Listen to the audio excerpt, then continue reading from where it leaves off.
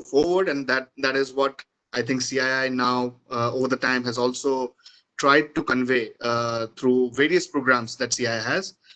We at the center we work on a lot of policy advocacy part, which basically is concerning like environment, climate change, biodiversity, directly working with the ministry. We also work a lot with the industry, kind of seeing how to facilitate more low carbon development in their growth process.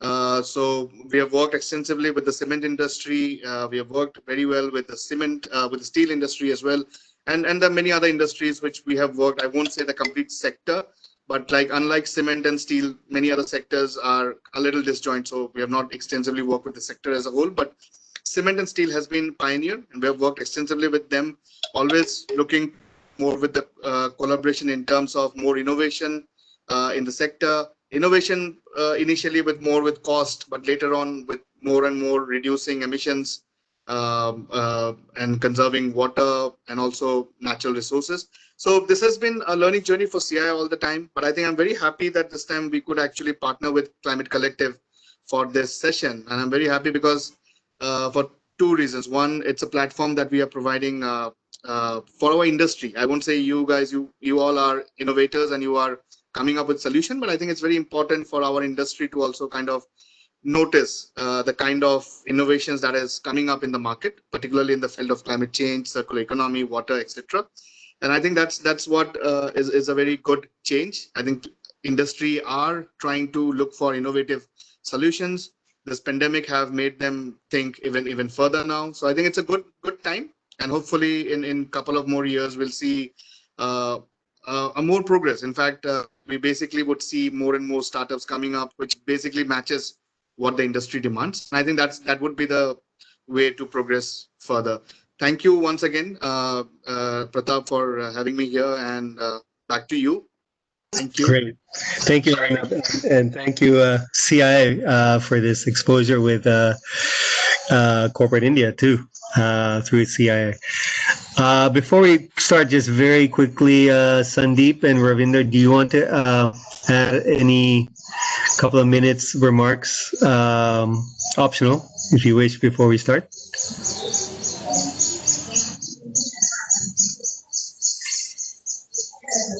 Hi, Pratap. This is Sandeep. Yeah, hi, Sandeep. Yes, yes. Yeah, hi. Yeah, happy to be on board, and this program, which I'm looking forward to hearing from the participants on the presentation pitch to get a clue on insights, more insight, where the direction innovation is taking.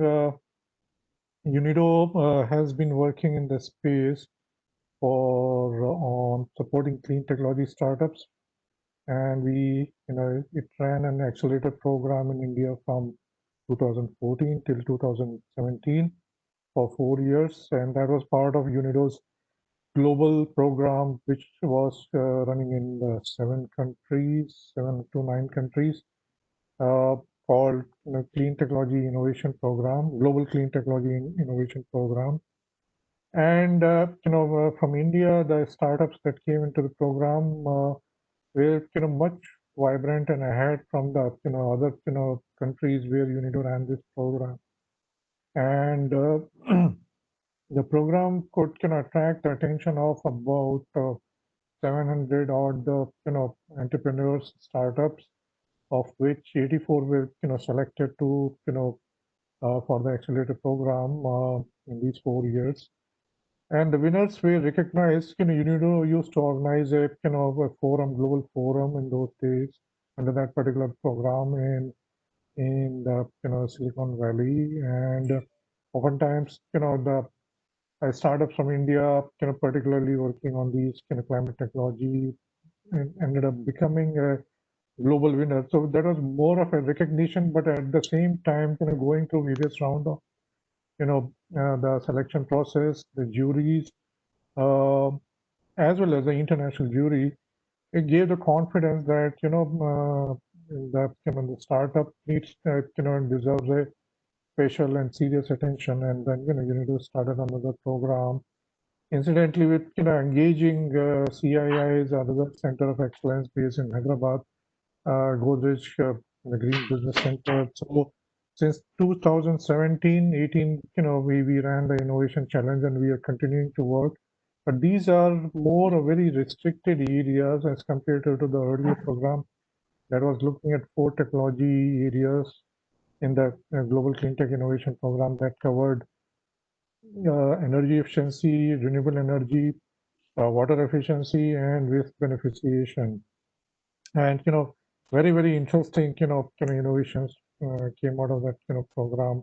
Startups, and many of those startups entrepreneurs are still around today in the market. So accelerator plays a very, very important role in grooming and educating that entrepreneurs and startups to take very informed decisions as they go forward, because it's a challenging journey to grow and sustain the business. All kind of headwinds are there. Yet the interesting part is that the zeal and the energy and the positive outlook, the optimism of the young entrepreneur is something that we really admire and respect. And therefore it's good to have also organizations like Caspian. They are the ones who are really have the conviction on supporting these startups with their initial investment, and to help grow the business. In our current program, which has been somewhat restricted to business category, we have been working mainly for the innovation, bringing it to the industrial sector to get the attention of the industries. And we are now going to add 3 new technology areas, as we call. We already have areas called waste heat recovery, pumps, and space conditioning.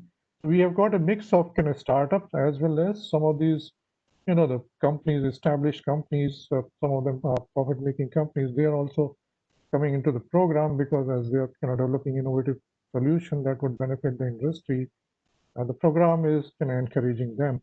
And we are now going to add another 3 technology areas which might be of interest to everybody. It is we're going to work on industrial resource efficiency, industrial IoT, and energy storage, and we'll be announcing the innovation challenge for these new 3 areas by end of this month or first week of October. In addition to that, we also included an accelerator program, and the second cohort, the second batch was launched on very recently on 24th August. So there's more efforts are needed to sensitize the stakeholders, the government, and the industry that when we have a longer vision, something like moving beyond energy efficiency, but addressing climate-related matters. Here too, one has to look long term, but also have to think out of the box in more innovative ways. And so essentially the project is trying to bring all the key stakeholders together to create a innovation ecosystem. So I'm very happy to be amongst all these the teams, the semi-finalists and the finalists, along with the Climate Collective, to see it and contribute to the ongoing effort. So with that, I'll close. And Great. thank you all once again. No, thank you. I hope you appreciate seeing all these startups. We do have this is the finals, so I think you'll be quite happy to see the innovation coming out. Ravinder, do you have a minute or something you want to add? Anything or? Yes, Yeah. probably I'll take a minute and give a very brief overview of the work that we've been doing. Caspian has been set up with a mission to bring private capital to the enterprises solving critical or social environment problems. And in India, we've been present for 15 years, and the debt fund that I represent, part of Caspian, has been active for 7 years. Over 7 years, we have 100 close to 140 startups across social and environment impact space. And I personally lead clean tech investment for Caspian, and over last 4 years, I looked at close to 200 startups and funded close to 20 of them. And more importantly, next 5 years we plan to grow 5x. So we And I hope to scale up this 20 investment into 100 investment in the next 5 years. And I hope I'll be able to support many of the companies participating and pitching today over the next few years.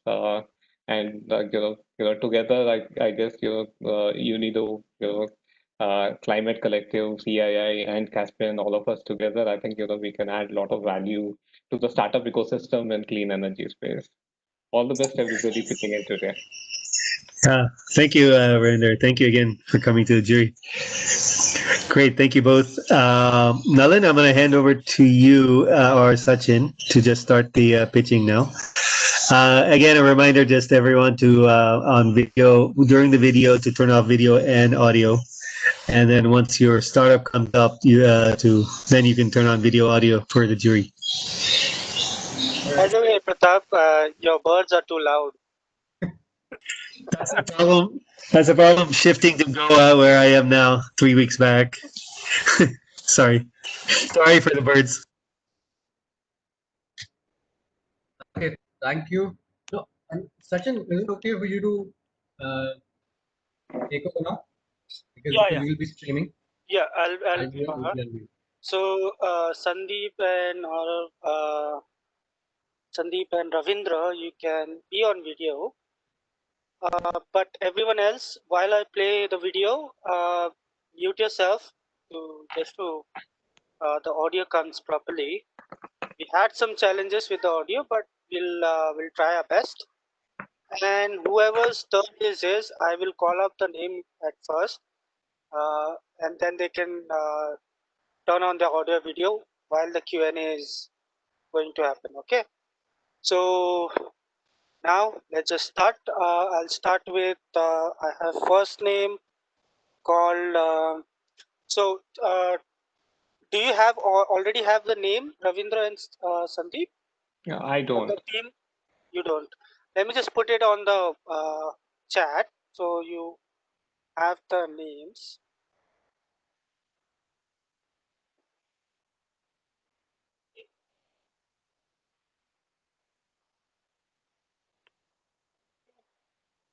Okay, everyone.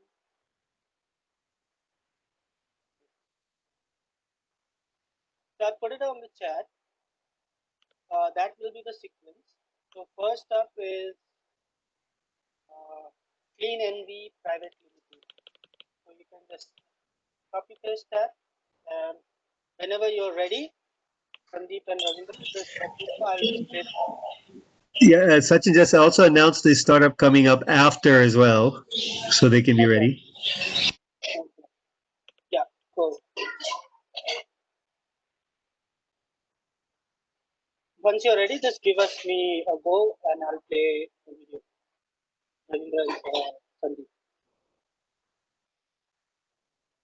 Sachin, what is the name of the startup? The first one coming on the list. Clean NV Private Limited. It's in the chat.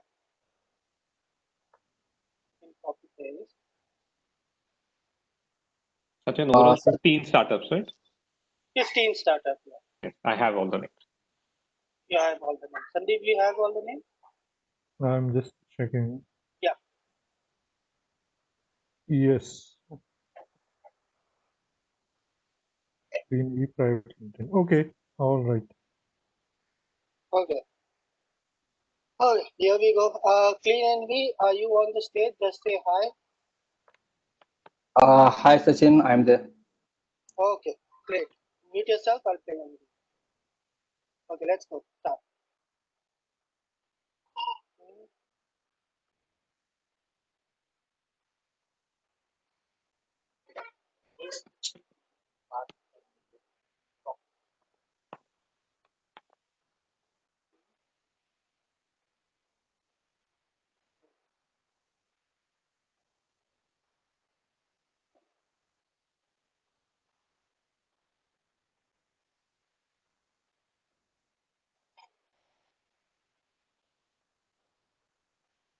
Are you guys able to see my screen? Yes. Full screen though.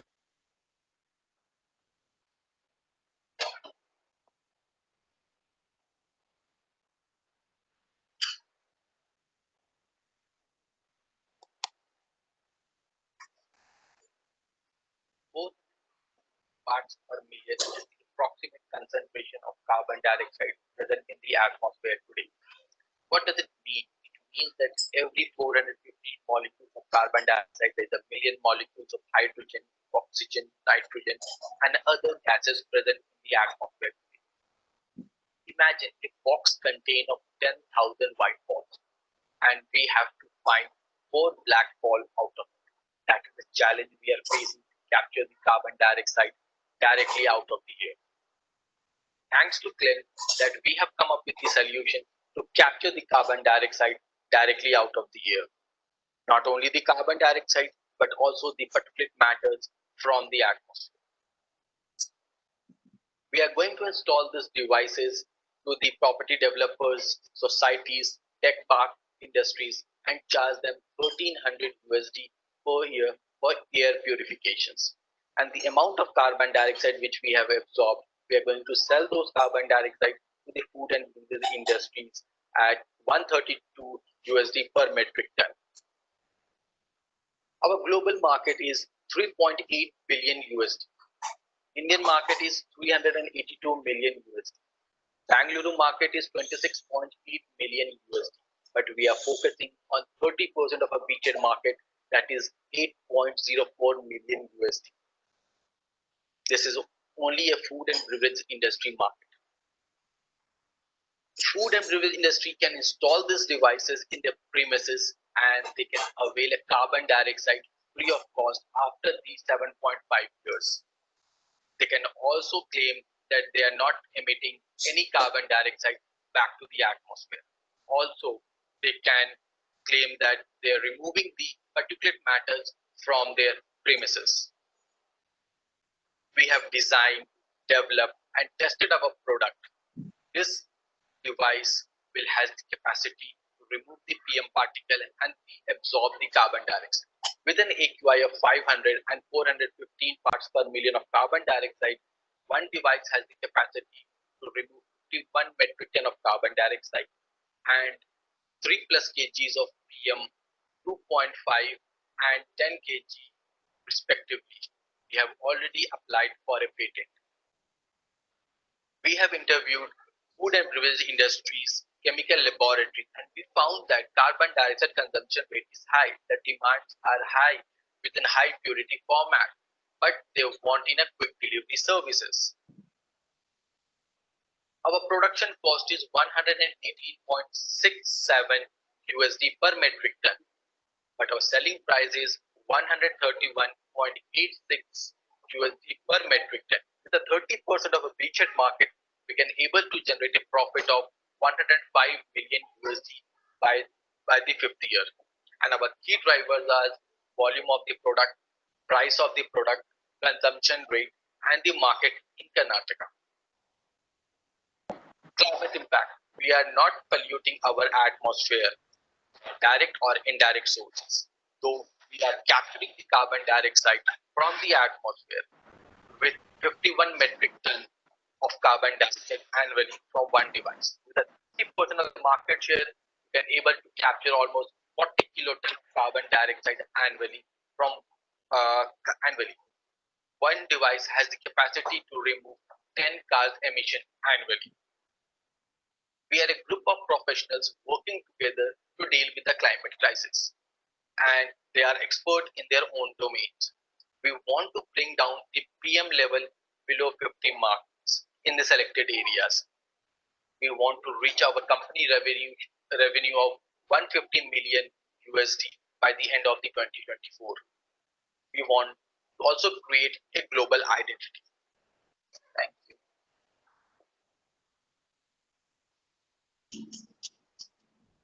Okay, great. Was that proper?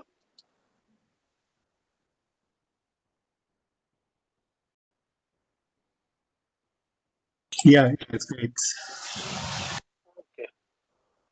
Faisal, in your team, you can turn on your video to have Q&A right. Sachin, I already there. Okay. Ravindra and Sandeep, you can go ahead. You have 3 minutes. Faisal, one quick, can you take the user story and explain how does it work? Why would a user pay $1,400 to get this installed from Uh, their viewpoint, from a customer viewpoint? Customer point of view, there are many companies in Bangalore or in Delhi also where the pollution's level, the PM particles are increasing day by day. And these companies are looking for such kind of devices for cleaning the PM particles for that.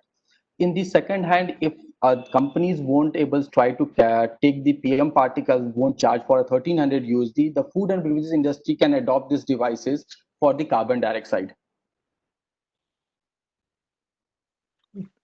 So from what you're saying, even if the user doesn't pay, the income that you get from food and beverage Cleaning of the industry is PM sufficient.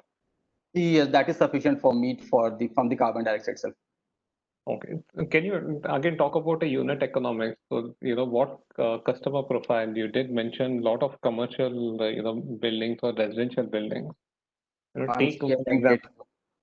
So and take an example. What would be the cost of your equipment? What is the customer segment that you're going after? the manufacturing cost of the device. So yes, to the customer, and how much would he pay for it? And how do you get the payback? First of all, we have two models in this. Some customers want this device to be installed in their own premises, and some want in the service-based option. You have to keep your devices in the atmosphere, take out the carbon dioxide, and give it back to me.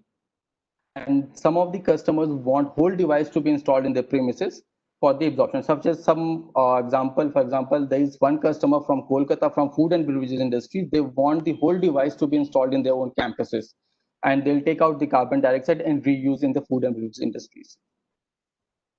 Okay, so how much they are investing and how do they get the payback? At the food and beverages can take the carbon dioxide free of cost by the end of the 7.5 years. They will get all the amount, whatever they have invested, will get refunded back in this process. Okay, but what would be the per unit, say for the food and beverage industry, they have a huge campus. What is the need there? What is the unit value? How many units they have to install in their factory? It's totally depend upon the unit factory, because some units having 5 lakh tons of carbon dioxide annually, some having 100 tons of carbon dioxide annually. So based on the unit, we have to divide how much unit we have to install it in their campuses. Okay, so this is more of a engineering solution that you are providing. This is not a pure product sales as such. You need to understand, build a customized solution for each customer, right? No, the device is fixed.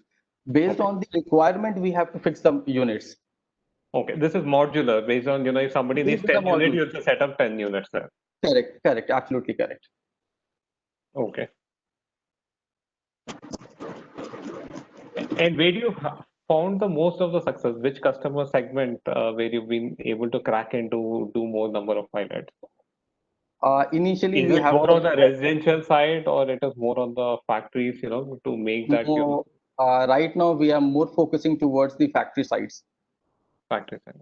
Because due to the COVID, we cannot able to go and meet to the customers for the installation of this part for the air purification. So, I mean, if you leave aside, the short-term impact of 3 months or another 6 months, who would be the core customer segment for your product? Who would buy this product? I'll directly go to the property developers. You can ask them to install the devices and ask them to where they're having thousands of flats in the one societies, and they can increase the rate price of 1 lakh rupees per flight, and they can avail the services free at pollution free atmosphere in the campuses. And have you had such conversations? Did you got any tie-ups with any of the property developers so far? Not yet, but before the COVID, we are in the talks with some of the property developers in Hyderabad. Okay. And they were willing to pay 1 lakh per flat as an extra cost, is it? I just talked to the property developers. They told I can increase the flat prices for them. I'll give you the extra benefits for the air purifiers, and we'll charge them an extra for this. From the customer, they're going to charge for that. Okay. Maybe we could just ask Sandeep, just for time, some questions. Yeah, quick question. What is, have you what will be the cost of owning this kind of device and operating it for the end customer? The cost of the device is almost of 8.5 lakhs rupees of smaller size of devices of 3 square feet. And the running cost is almost of in Indian currencies or nearly approx 70 lakhs, 70,000 rupees annually.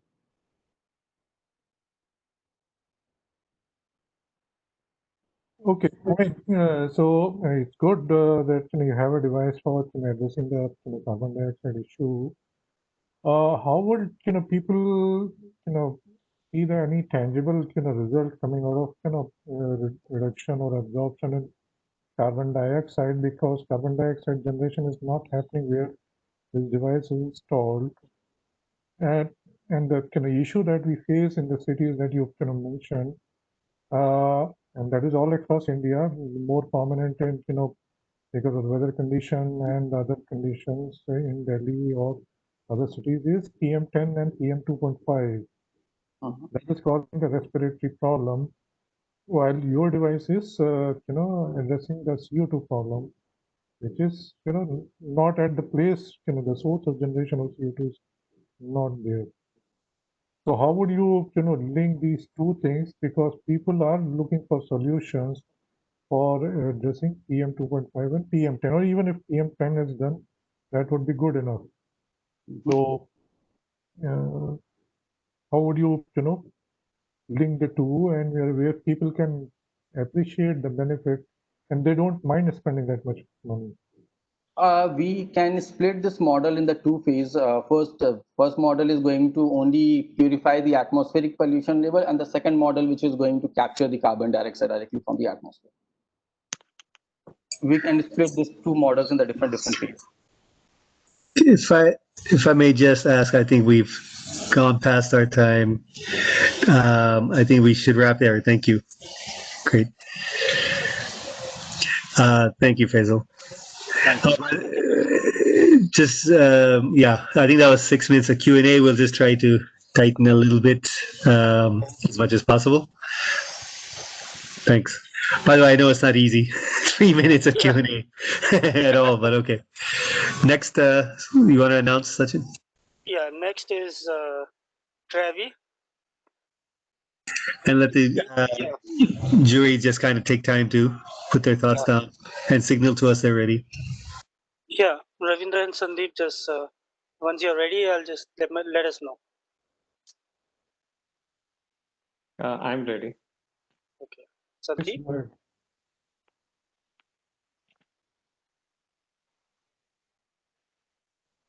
Go ahead. Go ahead. Okay. Dravi, are you here? Just say hi. Hi, we are here. Yeah. Hi, we are here. Okay, just mute yourself. I'll play your video.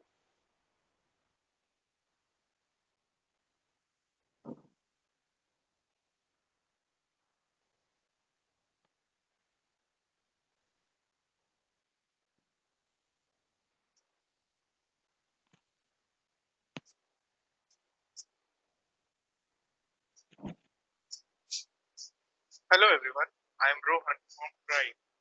Pleased to introduce you to our startup, the one-stop solution to all your hyperlocal transportation needs. We at Drive strive to provide an instant and affordable personal mobility at a fraction of the cost to our microcommuting customers. Delighted by our services, the customers pay a nominal and affordable fee for availing the service and anonymously share their riding behavior data, which helps us to refine the customer experience and make it better with every ride. Based on our experience, we have come across situations where campus students face a tough time while making choices for their hyperlocal mobility needs. There has traditionally always been a trade-off between cost, safety, and comfort. Already burdened by their hefty education loans, ease of mobility becomes another addition in the already growing stack of costs. Well, no more. Drive is proud to partner with educational institutions for providing a cost-effective mobility option. Students can now focus on achieving their dreams. Through this partnership, we expect to capture a significant market share, encourage high utilization of this deployed fleet, and make a case for repeat usage.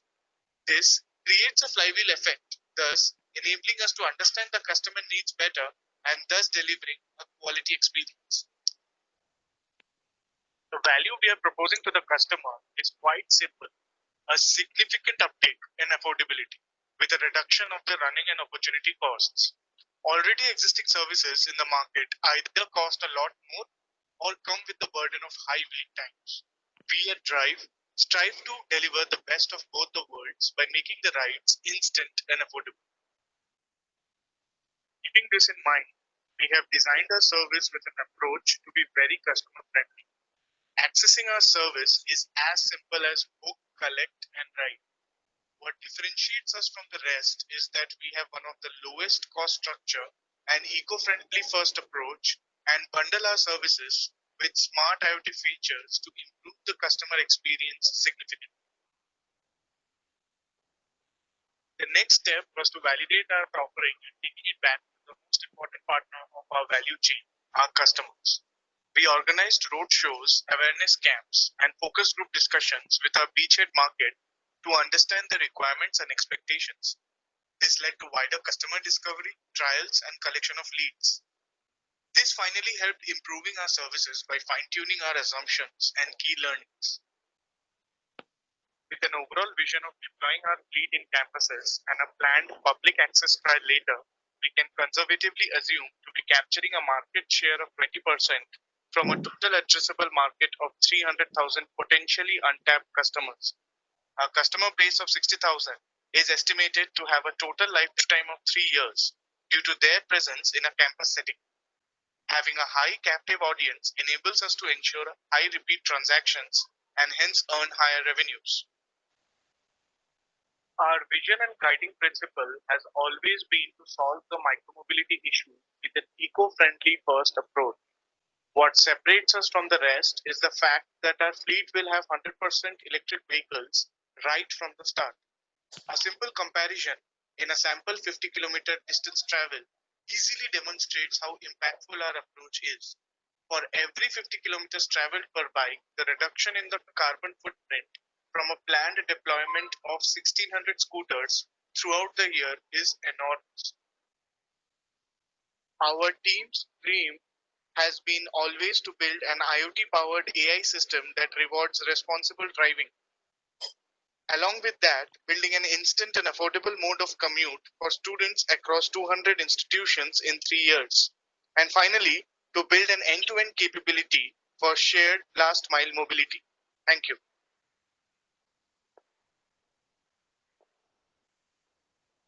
Okay.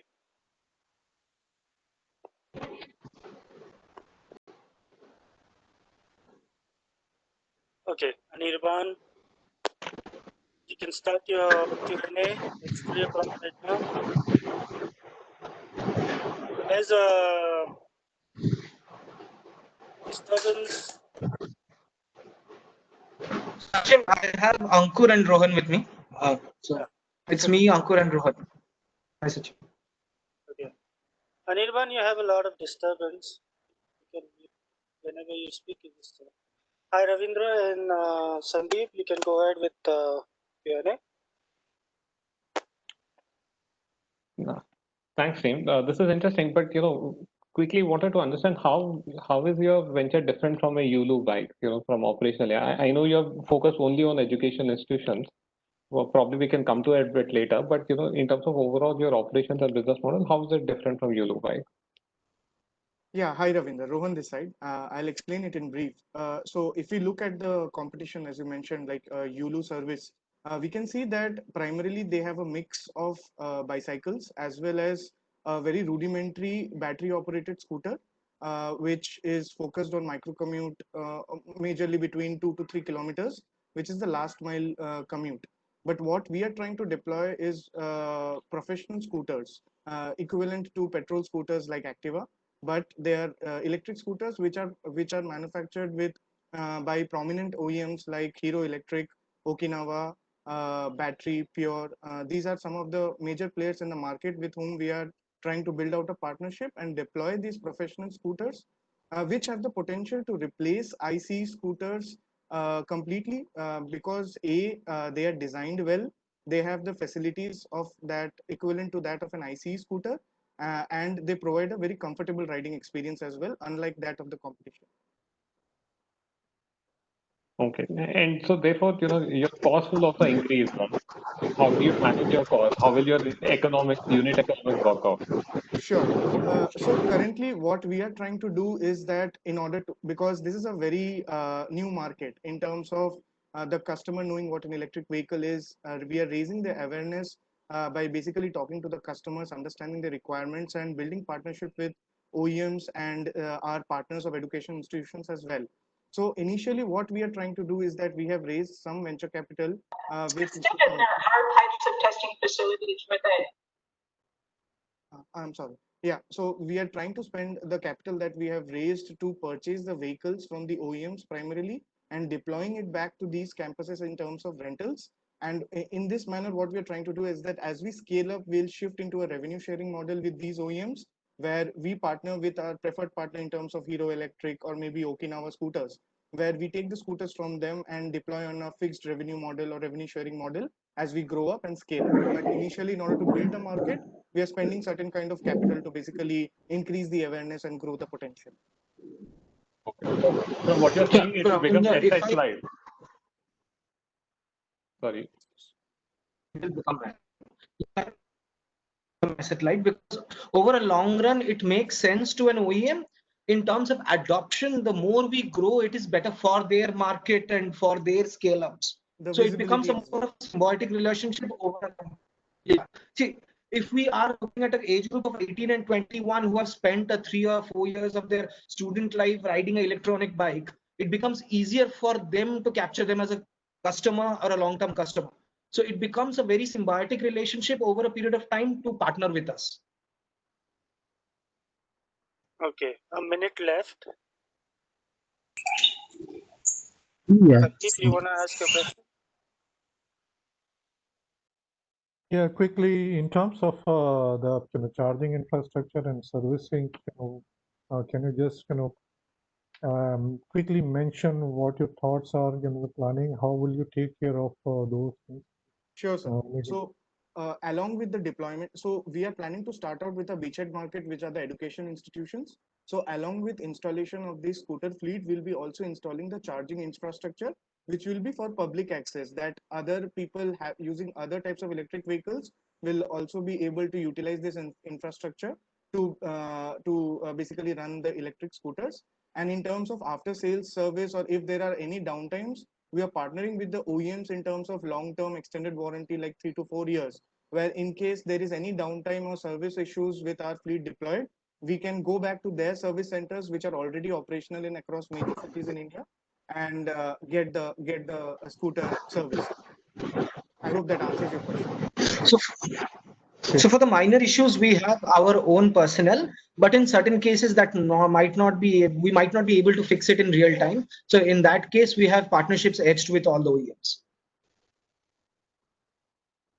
Okay, thank you. We might have to break here. Thank you, sir. Thank you. Thank you, Reddy. Thank you, sir. Thank you. Thank you. Thank you. Thank you. Okay. Ravindra and Sandeep, you have a minute just to feed in the scorecard. I'll go with the next startup is Eclipse. Whenever you just say ready, I'll just play the video. Eclipse, are you there?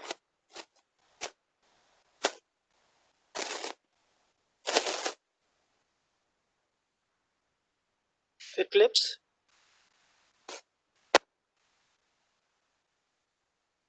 No. Are you there? Just say hi. Hi. Hi, everybody. Hi, Saurabh Satyaj. Okay. Ravindra Sindhan, are you ready? Yes. Yes. Okay, go.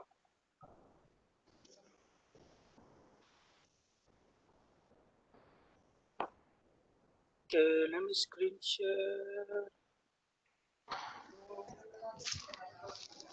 Eclipse. Okay.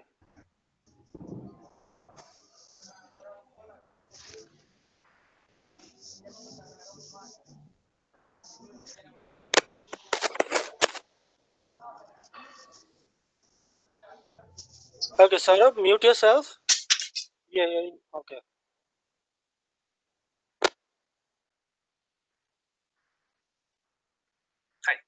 I'm Saurabh Sateja, and I'm the co-founder and CEO of Eclipse. Two-wheelers are the lifeline of urban India. They account for almost of the vehicles owned and also account for 2/3 of the pollution load in major cities. India incidentally is now home to 15 of the 20 most polluting cities around the world with record levels of CO2.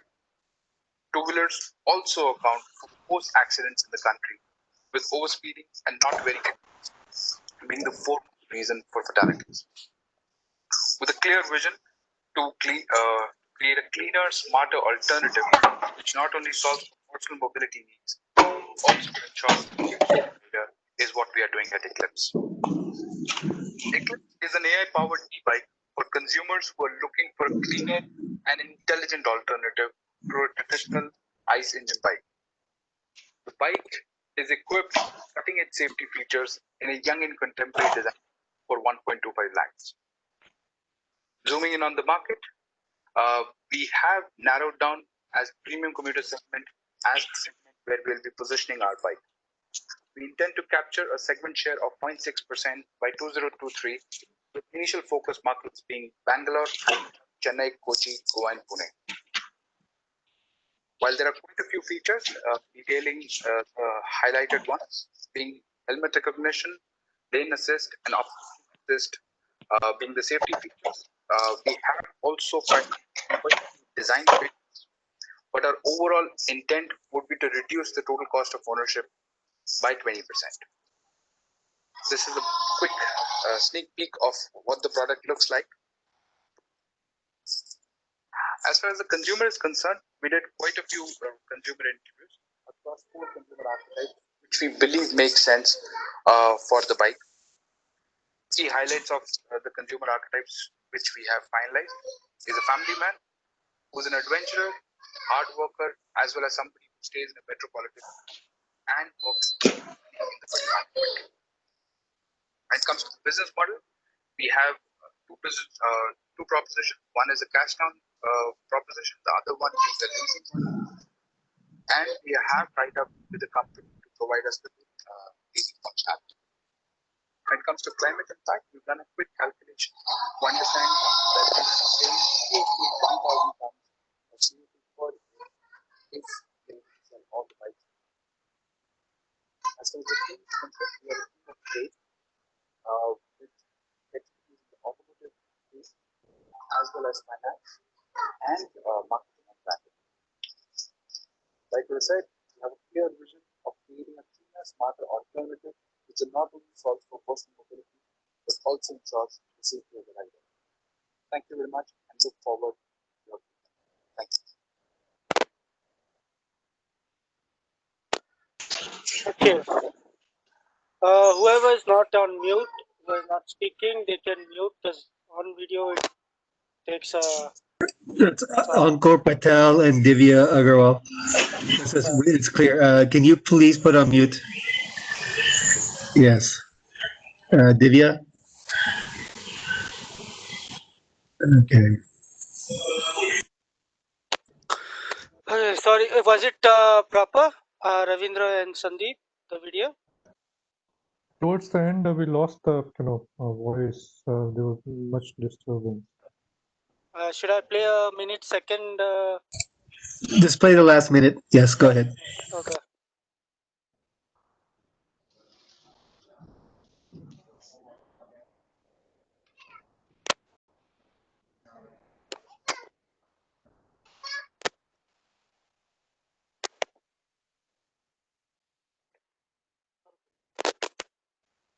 So climate impact, we've done a quick calculation to understand that we will be saving close to 1,000 tons of CO2 per year if we are able to sell all the bikes which we intend to.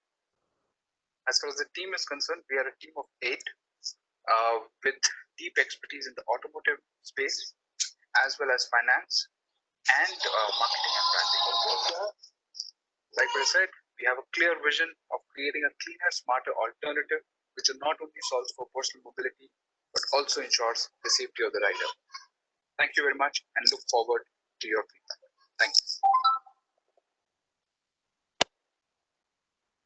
Okay. Was it good? Yeah. Okay. Yeah, Saurabh. We Good can afternoon, go everyone. ahead with Q&A. Yeah.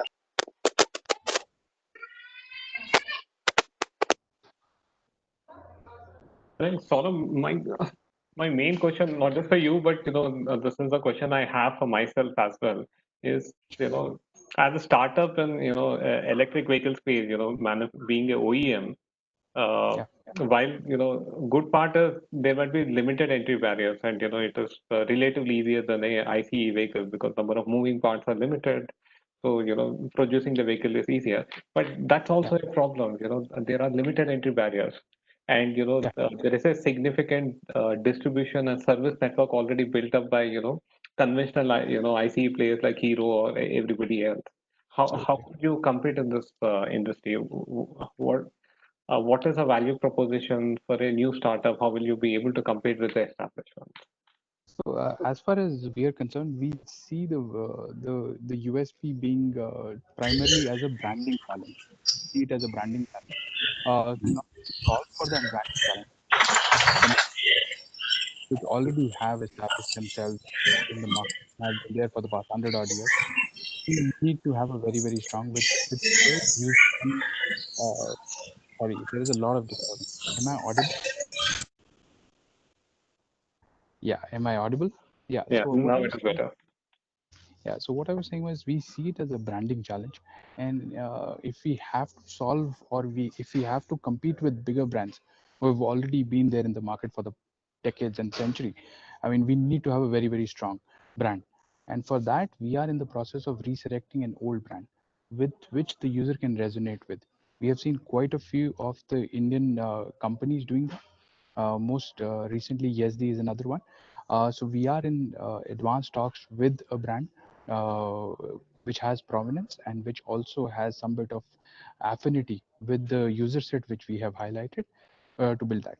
So that's something which we believe would be our key USP and would actually position ourselves very uniquely in the market, be it the heroes of the world, or for that matter, the Bajaj of the world. When it comes to building of the SND part, yes, we do see a challenge there. But again, we are trying a newer version of that, wherein we are tying up with these smaller set or the logistics partner to ensure that our deliveries are taken care of. Again, it would be a difficult challenge for us to solve, but again, we have figured out and zeroed in on a logistics partner who would be able to source and help us with making the last mile delivery to the user.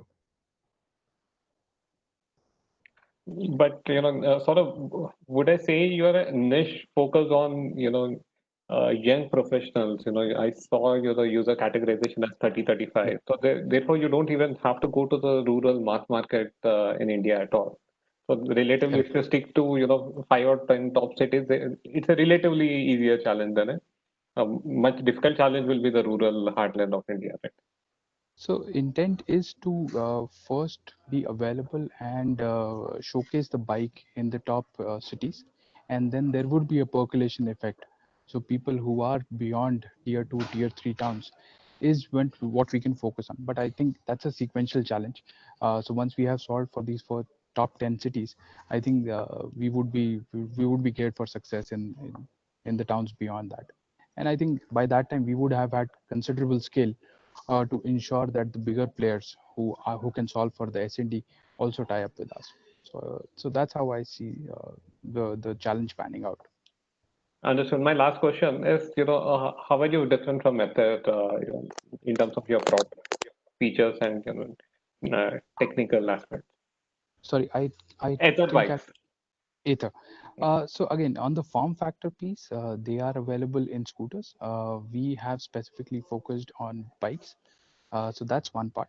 The other aspect is the creation of certain safety features, which again are available, which we have created. One being the helmet recognition, lane assist, and a couple of other ones.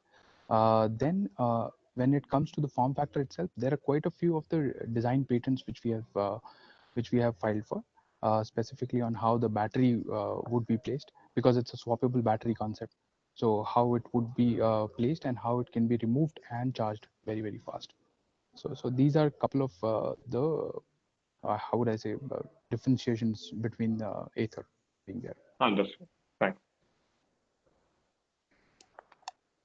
Okay, Sandeep, you have a I question? don't have any Yeah. questions. Yeah, I don't have any questions. Thank you. Okay. Thank you.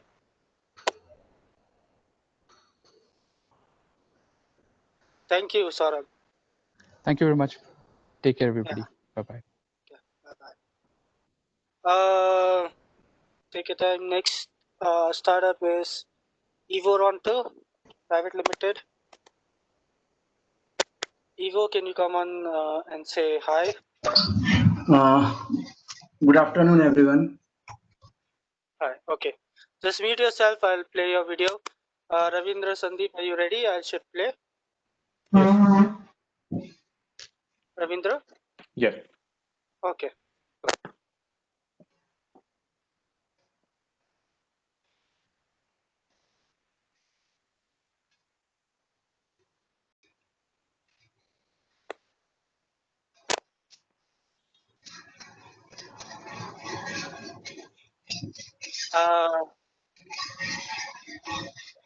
Can okay, mute people, please mute if you are not speaking. Evo Ronto.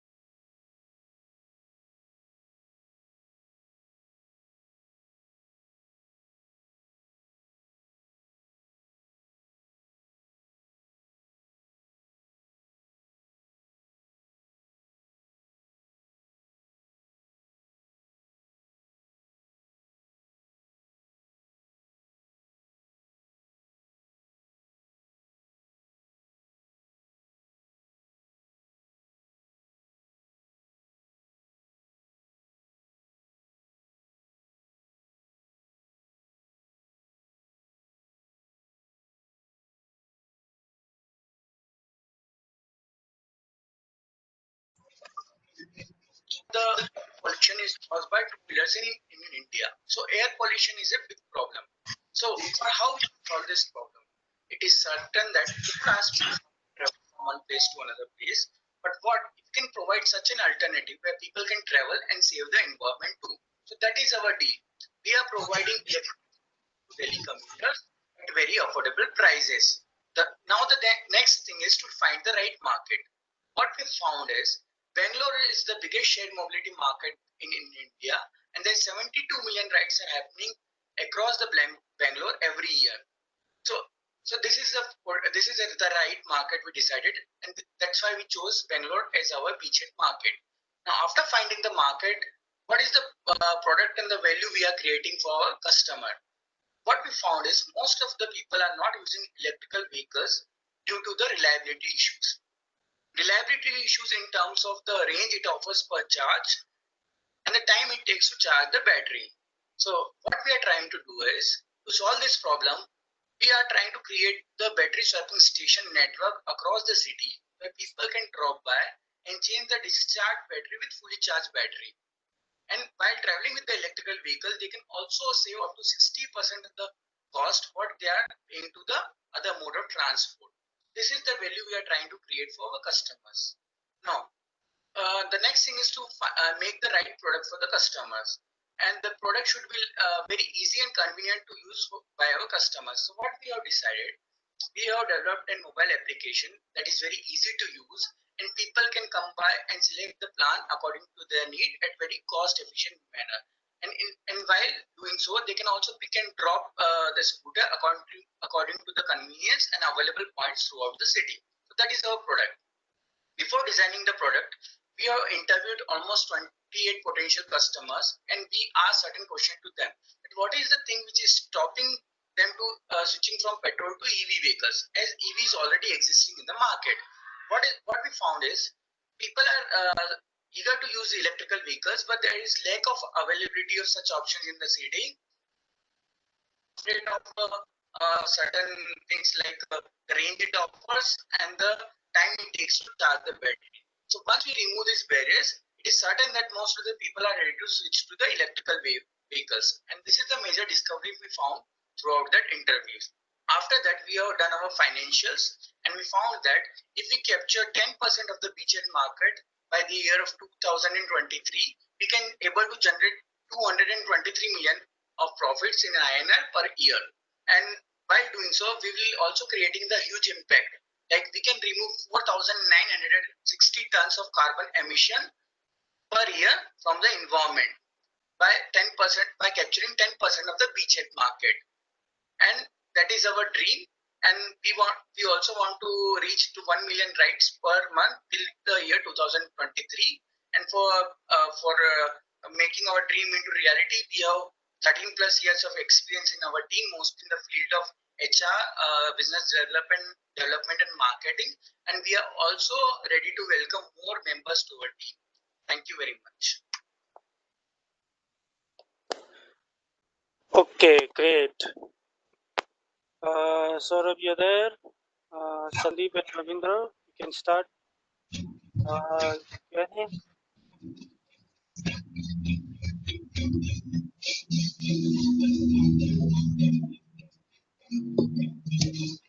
Is that a background noise, please? Just from Saurabh's side, it's okay. It's manageable. Okay, Sandeep, you want to go? Question? Well, how do you handle the cases where, with this, the volume of the battery swap and the, quality and the life of the battery would start, diminishing and, maybe the charging and discharging cycle, so which would give you the, lesser and lesser in the range of mobility. How would you track? Because if I go and swap, and take on a charged battery, it would not give me that mileage or the driving distance that I expect with a fresh battery. How would you handle that such cases? So in that case, what we are trying to do is we want to develop every endpoint battery swapping station. So suppose a full battery right now is giving 70 kilometer per charge. So you are traveling from A to C point, which is around 100 kilometers, and B is the center point where we are having our point and swapping station. You can drop by to the B point and you can swap the battery to the fully charged battery. And in that way, you can travel to 100 kilometer as well. And that things will be like all the swapping station will be the across city. We are planning across the city, so you can drop by to any station. We will be having extra batteries with us, which will be keeping ready with the charge right now. And for the future, we are trying to make this fully automated, where it will be done through the machines, where you can simply insert the battery and take out the battery for the next cycle. And as far as the battery maintenance is that, we have found out that most of the batteries available today in the market give 30,000 kilometers, comes with the 30 to 40,000 kilometer warranty. And that will be enough for enough cycle for one battery to operate in our model. Okay. Ravinder?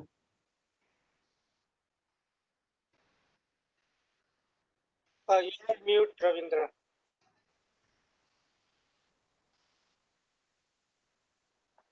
Ravindra, you're on mute.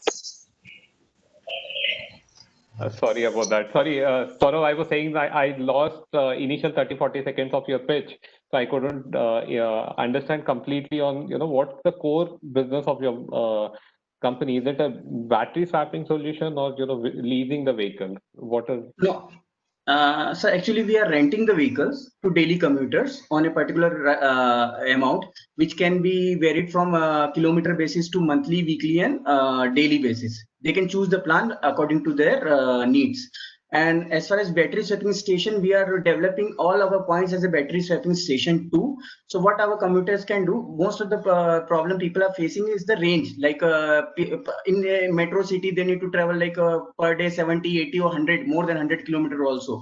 But you cannot travel with one charge, and it will take around 3 to 4 hours minimum to charge a battery.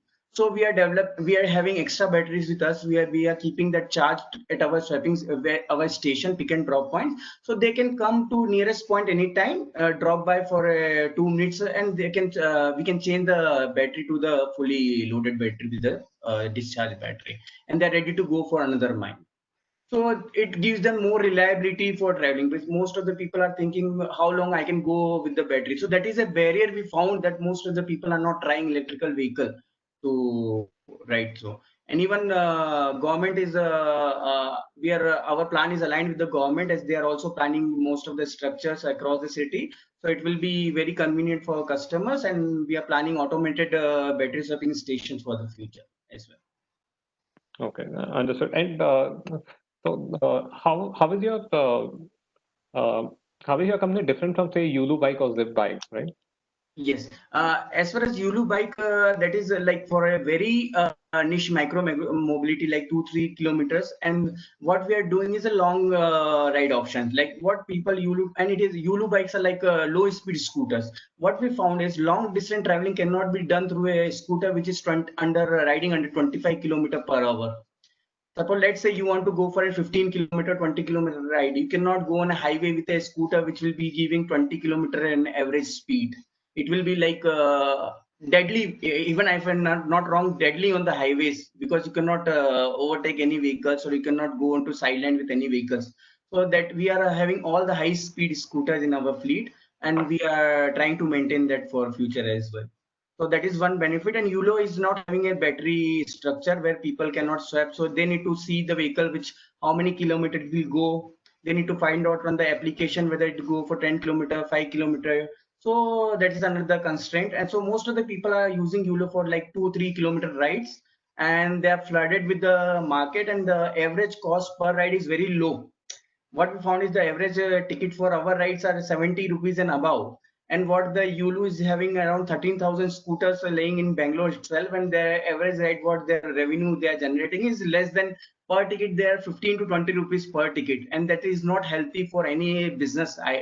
As far as I am concerned, it is not healthy to maintain that kind of average ticket to. Yeah. So we have targeted that kind of customers who are using the scooters for daily commuting needs, like office going to doing a marketing or anything, so they can have our scooter and go. Okay, okay. That's it. We have over 4 minutes. Thank you, Saurabh, for. Thank you, Judy, Thanks and again. everyone. Thank you. Okay, thank you. Next up is Easy Hybrid. Easy Hybrid, are you there? Yes, sir. Rakesh? Yeah. Good afternoon. Good. Good. And Rahul is also here, please. Rahul is also. Yeah. Mute yourself while I play video. Rahindra and Sandeep, whenever you're ready, just say. I'm ready. Okay, Sandeep.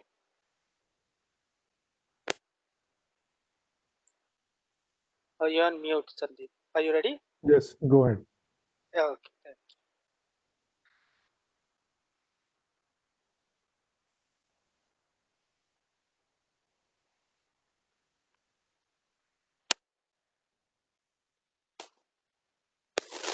Hello everyone, Easy Hybrid, the world's first retrofittable smart electric hybrid kit for petrol scooters from Melet Auto Components. Easy Hybrid kit converts the existing petrol scooters to a smart electric hybrid scooter within 40 minutes without any permanent modification. Melet Auto Components, a automotive manufacturing startup established in 2016, will sell Easy Hybrid kit to the existing petrol scooter owners in India at a price of 385 euros. Bangalore in India, the beachhead market for Easy Hybrid has 4 million petrol scooters. We shall target 0.25 million sales in first year of operations starting from 2021. Thereafter, we shall progressively deploy the product to other metropolitan cities and states. By the end of 2022, we intend to cover pan-India targeting 40 million sales. Easy Hybrid is a global solution.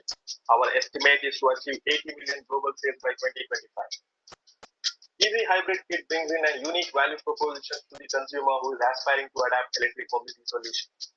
Easy Hybrid kit can be retrofitted to the existing petrol scooters without any modification within 40 minutes. This feature results in low cost of ownership.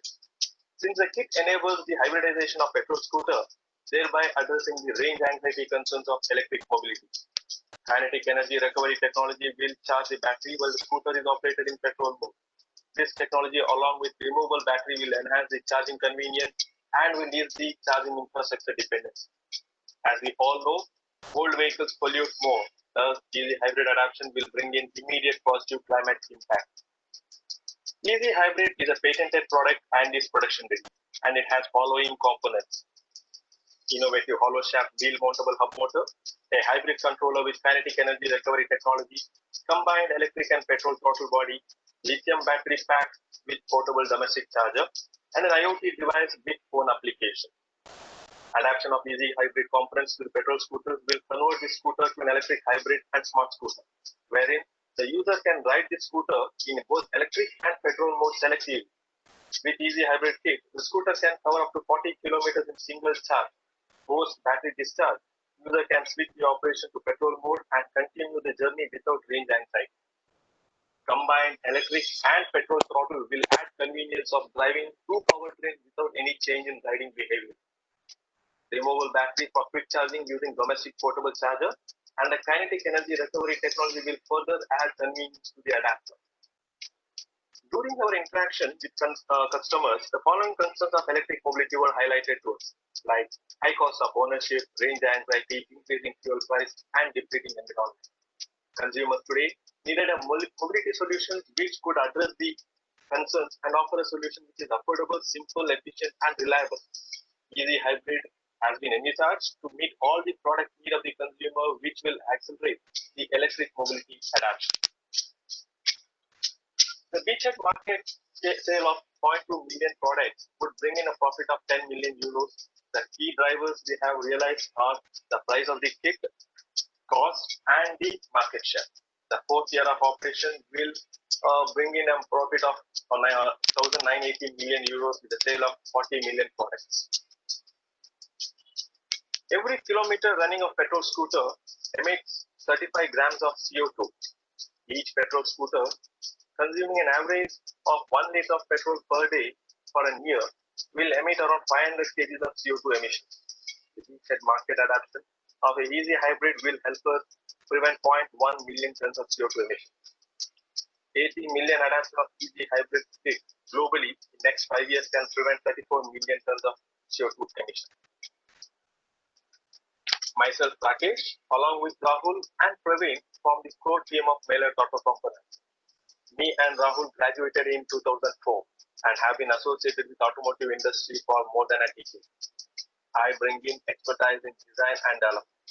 Rahul is experienced in marketing and sales. Praveen catalyzes our operations with his sound financial background. Our dream to become a Fortune 500 company in next 10 years and to drive Google innovative solutions and technology for sustainability has been supported and mentored by automotive stalwarts like Mr. Lakshminarayan and Mr. Dimitrov Krishna. Our journey, we have been recognized with various awards as shown here. Thank you so much for this opportunity. Thank you. Okay, Sandeep and Rakesh, can you go ahead with the question, Q&A? Yes.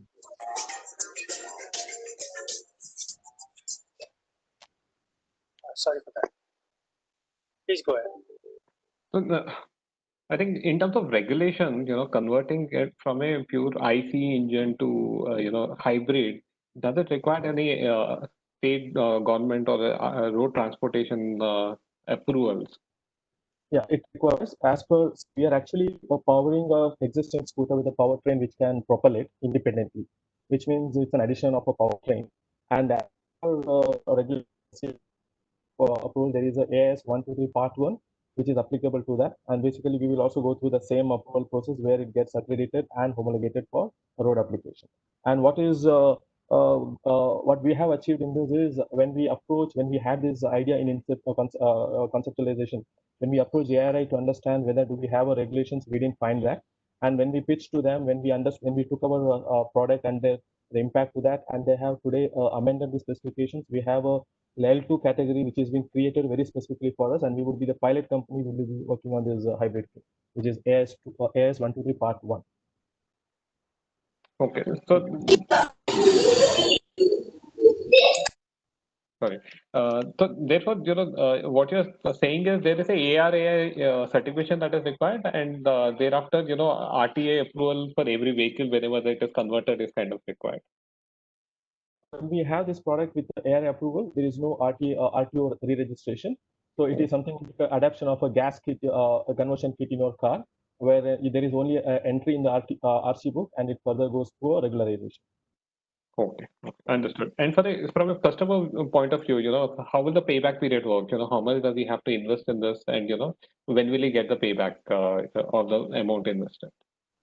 So when we looked at a consumer who travels 50 kilometers in a day using a petrol scooter, his expense is around 1 liter of petrol and accumulating around 3,000 rupees per day. And with our hybrid kit, wherein he commutes with 40 kilometers in electric and remaining only 10 is only commuted by petrol, his savings is almost 2,200 rupees per month. So his actual gets his return on the product by his application, and by the numbers what we have found is like 145 days of running, he gets his return, which is around 30 to 35,000 investment. Okay, so for a customer who is at a minimum using 50 kilometers per day, for them it is 145 days payback period. Correct. Okay, fantastic. But I think one last question for me. Conversion kit sounds fantastic. Why is it somebody has not done it before? A, B is say 15 years down the line. Let's say every vehicle becomes electric. So what is the vision for the company? Short-term conversion, great. What after 15 years? A very good question. So let me answer the first question. So when we all talk about the conversion, there is a lot of modifications required to adapt convert a scooter to electric. Because when you talk about a hub motor, when I say about a powertrain, your hub motor comes with a shaft which needs to be welded. And what prevents somebody to adapt it is in terms of a permanent modification. In our case, our kit is a retrofittable. There is no modification, as I said in the pitch. Within 40 minutes, it comes to a complete hybrid, and it is a removable chain. And this will accelerate kind of an easy adaptation, because when we talk about a full scooter, it's more like a possession for an individual, and that's where they prevent going for any changes here. I think so. The answer is the retrofitability. So that feature brings in the one is novelty into this, and again the why nobody is there, and we are the only company who have done this and achieved it with a patent. And the second question is, as rightly said, the market is not for a longer time, and as a company, our vision. See, we are an automotive manufacturing startup, and we are multiple components on e-mobility, like not our component level system and subsystem. This product, why we wanted to pilot quickly is we wanted to bring a transition in the system. See, we've been talking about electric mobility for a lot of time. Even with having FAME and various adaptations and subsidy models, we're still not finding adaptation here. This product is going to fit into a area where we can accelerate transition. What we're saying is people who have been anxieties, fear of electric mobility, know how what the technology is. This is going to give them a kind of an access for what is electric mobility and transit from them from IC technology to EV.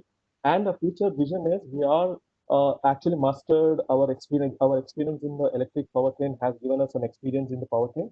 We are already started a work on our pure EV as well with a better value propositions to the consumer. So we will be an EV company rather than a retrofit company on the long term. Our time for questions is over. Okay. Sandeep, you have a question?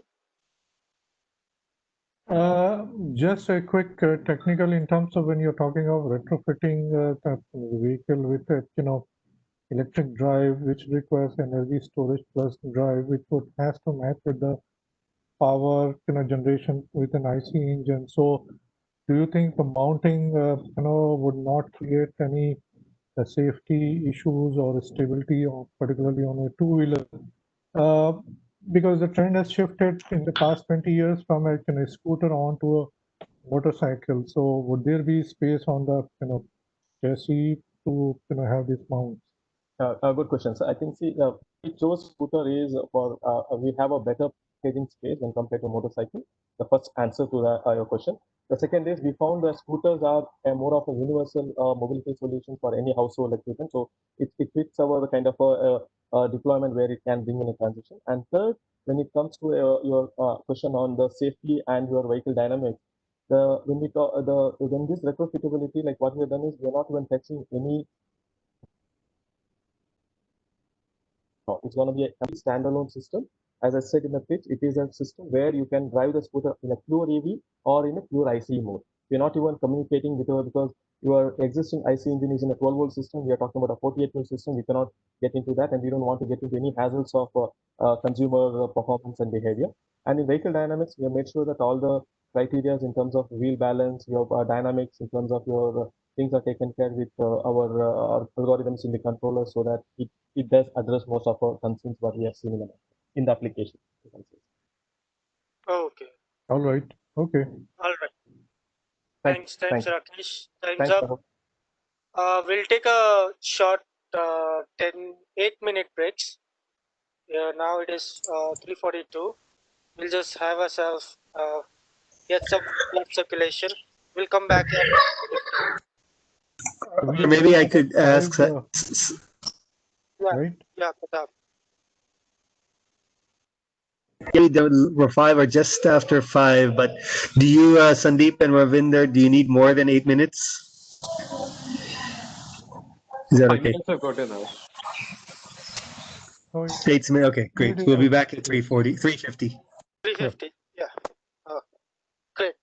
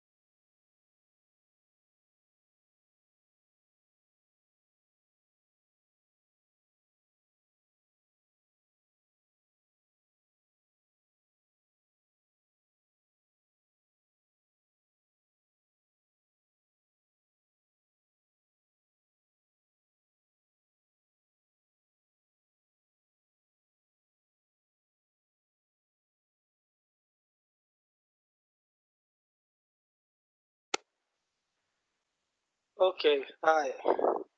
Is everyone back? Hi, Sachin, I'm back. Hi, Ravindra, back.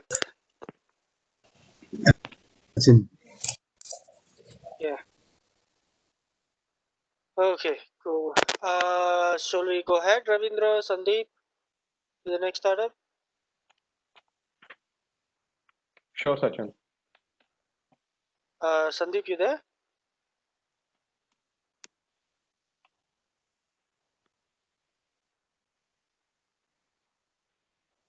Okay.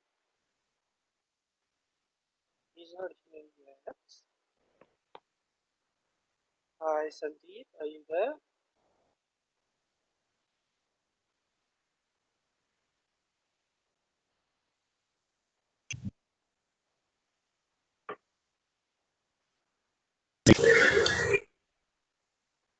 Yeah. Okay. So let project map. Startup in the meantime. Yeah. Project MAB. You're there? Yeah, yes, so we are here. Okay, Gaurav. Okay. Great. Let Sandeep come in and we'll just give it a minute and we'll just power this through. Yes, I'm here. Okay. While your video is playing, you just mute yourself. Okay. Okay, Sandeep, you back?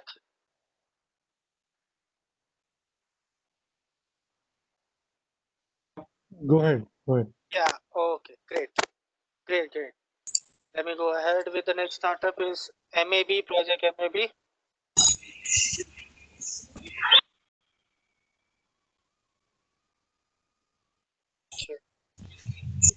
Here's some background noise. Can someone mute? Yeah, okay. Thanks.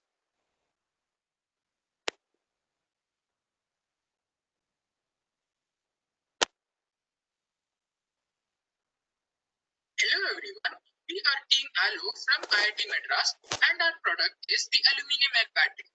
Next generation mobility requires batteries with better efficiency and higher capacity, and that is exactly what we are here to provide.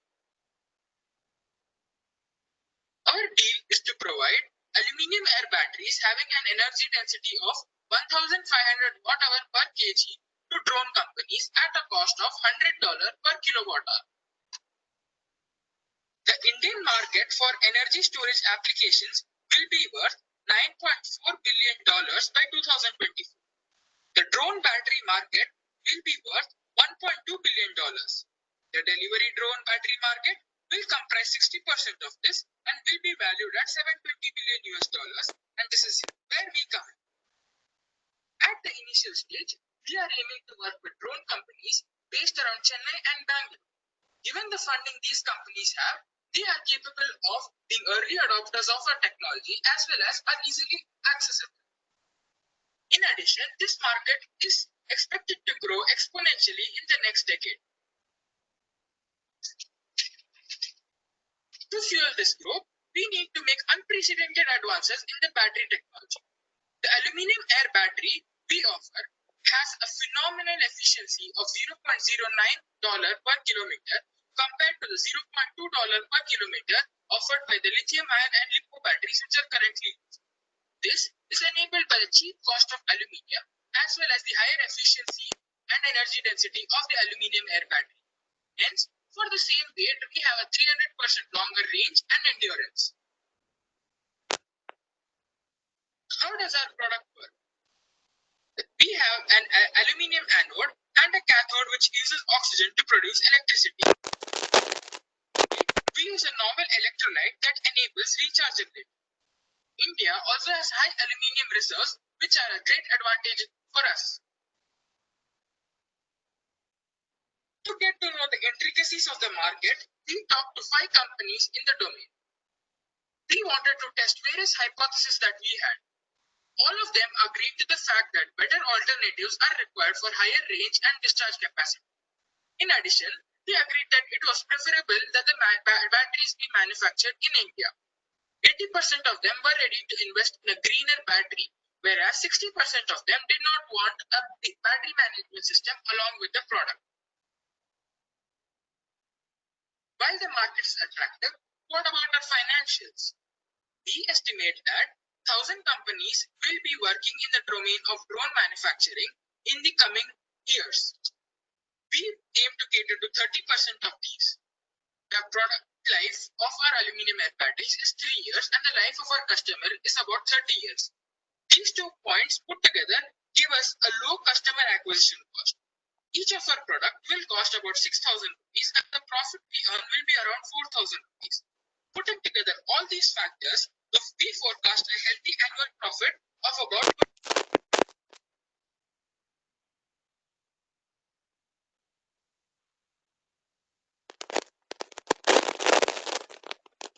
Sorry, we lost the audio. important factor of climate impact, we offer a massive recovery of more than 1 lakh tons of carbon per year.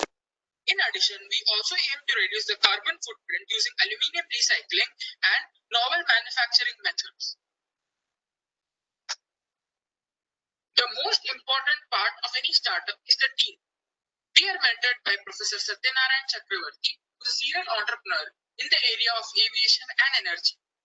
Us 5 students, along with our professor, want to enter this budding domain of transitioning to electric mobility. We aim to scale production to more than 1,60,000 batteries per year in the next 4 years. Thank you.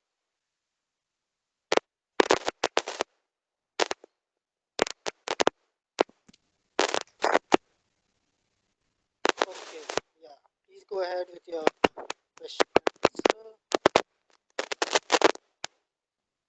There is a slight static from Sachin. From my mic? Okay.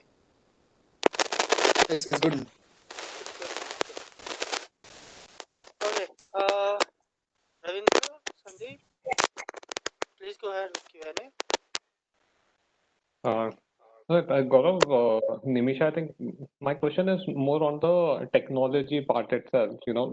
I think majority the batteries are moving toward lithium ion. Why is that aluminum as a technology has not been done before? That is one. What you mentioned that India has a lot of reserves. It does make sense, but why is that nobody has done it before? And what is the defensibility of this technology? Yeah, yes, sir. So the first of all, let me tell you this: the aluminum air concept of aluminum air battery is not so since 2000s. But the problem with aluminum air battery is rechargeability. Okay, and in coming years, in 2012, the first zinc air battery has been launched by Israeli startup called Finergy. So the research is happening. The things are moving on.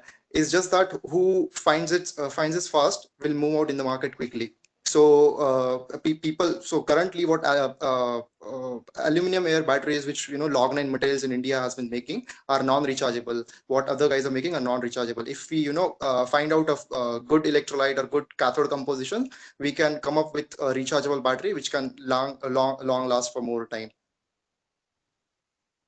And also, people don't have other options than lithium ion, so they are just sticking out to them because they are everywhere. If that's why we spoke to the customer, they are surely want to try it out.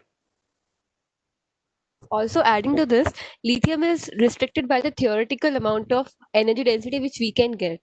The theoretical density of aluminium air is 8 times higher than the lithium. So that is where we come in. So have you solved the problem of rechargeability that you were talking about? We have experimenting with 3 compositions of electrolyte. We have found out intricacy with 1 electrolyte, and there are still more experimentation going on. But yes, we have found out the rechargeability cause of the electrolyte. Okay, so you have done pilots, and pilots are working. You can say a lab prototype we have done, not the pilot, like a big cell with 12 volt. We have not done that. We have done 3-volt small cell. Okay. And how defensible is your technology? Are you applying for patent? Have you got and the second part is, how much investment that is required? If you have to, manufacture the batteries for yourself, how much investment that would be required? Yes, sir. So at the first question, the patent one, we have identified 3 IP properties, and but the problem, if we directly go and apply for the patent, is the college will own the 100% of the patent, so the company won't get it. So what we are trying to do is, just take a little more break, apply through IITM incubation program, and where and get the patent right through that. So there is a long process for it, and that's why we are waiting for it. The moment we got into IITM incubation cell, we will file a patent with we'll have some amount of ownership in the patent also. That's why, because the professor is involved, so we need to give the patent to IIT Madras also. And the second question was how much investment would it be required? Yes. So in the variable cost term, so if you see, we need to have like a 800 to 900 rupees per aluminum air cell, which we estimated in longer run, compared to 1200 to 1300 rupees per your lithium ion cell. But we haven't estimated the fixed cost because the machines have not been designed and all those things. We are just scratching the surface as of now. Okay, understood. And last question, why only drone market? Yeah, good question. Good question. So, because the market entry is very easy. The drone market itself is a very at nascent stage. So people are willing to try out very different stage, and we believe that our values are so high, like 6 to 8 times better, and cost is almost half. So people. Our values will be acting as a market barrier for others, as well as I think that drone will have a more impact in the society than other existing electrical vehicle mobility market, because the traffic problem will solve, the timing will be saved, the pollution problems will be solved. So I think that's why as well as we also have the access of other drone companies in our campus, so that is another one reason. As well as one more reason was there, in any flying case, we need to care about weight. So when you fly in the plane, you need to care about weight. So in our case, if we have more energy density, which means equivalent amount of lithium ion would be 8 times more heavier than equivalent amount of aluminum air battery. And the drone companies are interested to buying it out because they will have increase in payload around 8 times. Also, sir, like in our case, one of the electrode, that is the oxygen, that is being taken directly from the air. So that is another weight saving which we are having in our bag. Yeah. Sandeep, last question. Any questions, Sandeep? Yes, understood. This is more at you are at technology readiness level of 4 and 5, where Yes, you sir. got a lab, prototype, and it still needs to go through a series of trials and testing. While you talked about the energy density, which is good thing to know, what is the range? I mean, how much? What is the charging time? How much? With a single charge, how long it's going to last? And how much charging and discharging cycle your aluminum air battery can handle?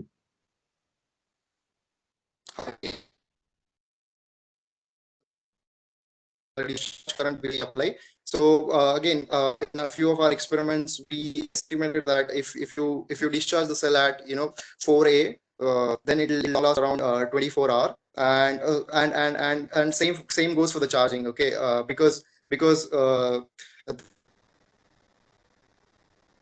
in our case, the another electrode is oxygen, so we don't have to worry about the degradation of electrode which is there in the lithium ion case. And your second question, sorry, I lost your second question. Can you please repeat your second Regarding the question? range, How many charging discharging cycles can an aluminum air battery can handle? I think there would be still a hypothetical because you're still at the lab stage, but would be good to look into it and if you have any answer. Two cycles are not like 100 cycle, because there's a lot of charging. So a 3 day between 1 and 2 cycles. So we have done around 3 cycles for a preliminary testing, but we estimated that we'll get around 600 to 900 cycles according to our simulations. Okay, great. Thank All you. right, good. Thank you. Yeah. Thank you, team. Yeah, sure. Ma'am. Thank you. Thank you, sir. Okay. Next team, Meteorite. Are you there? Yeah, Carmen is here. Yes, Sachin, I'm there. Is here. Okay. Sachin. Mute yourself. Okay. Ravindra and Sandeep, you ready? Yes, I'm ready. Okay. Sandeep, you ready? Yeah. Yep. Okay. Great. Where is my group tab? Oh, here it is.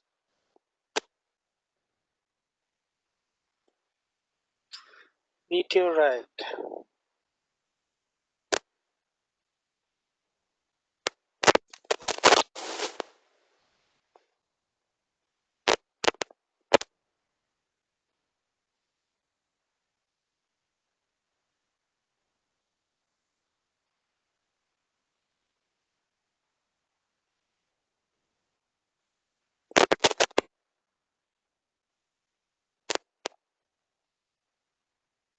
Hello.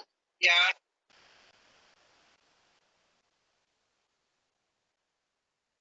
Team Metro Ride, your hassle-free commute solution to and from metro stations. Most big cities in India face two huge issues today: traffic congestion and air pollution.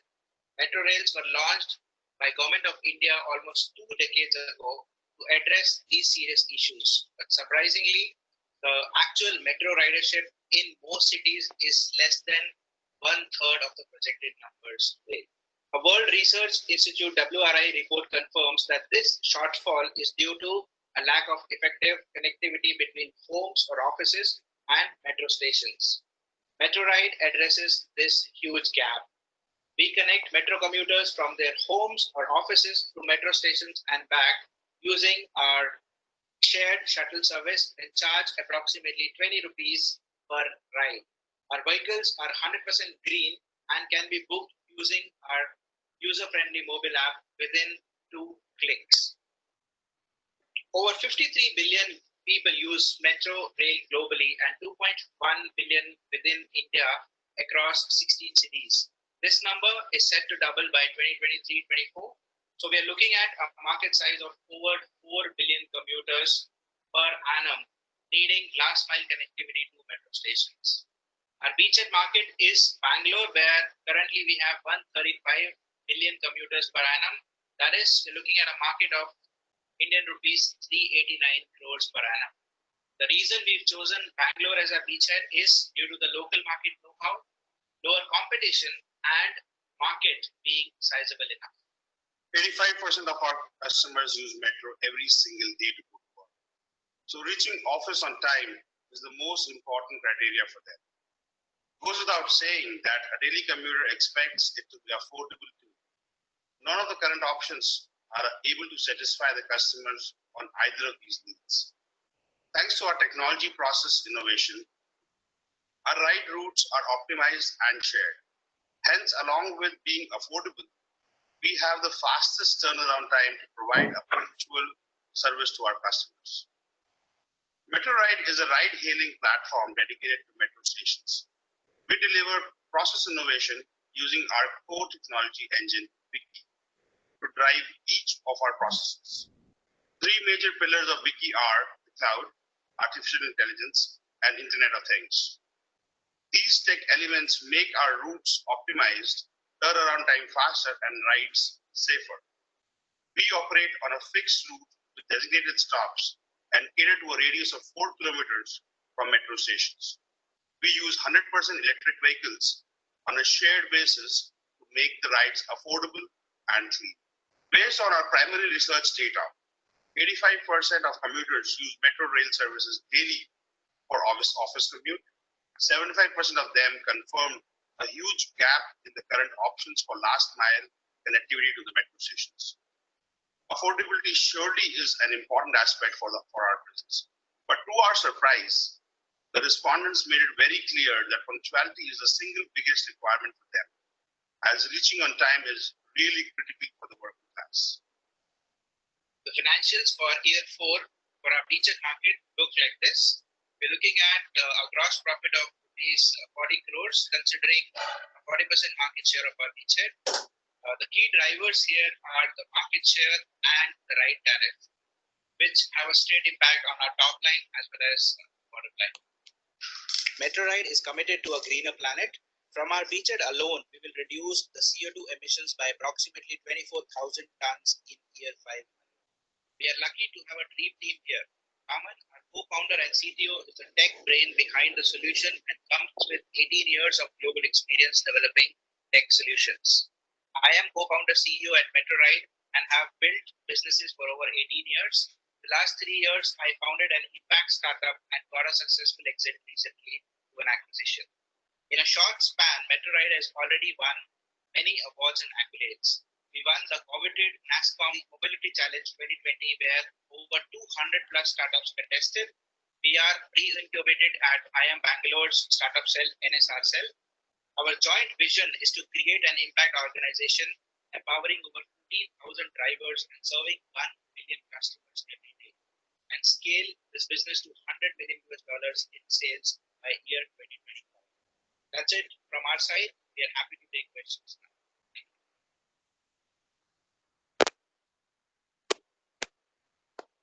Thank you. Okay.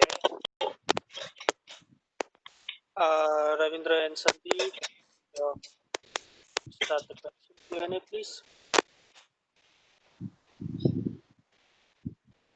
Girish, I think my main question is on, so you're primarily focusing on last mile market, not a, complete long distance shuttle services that you're offering.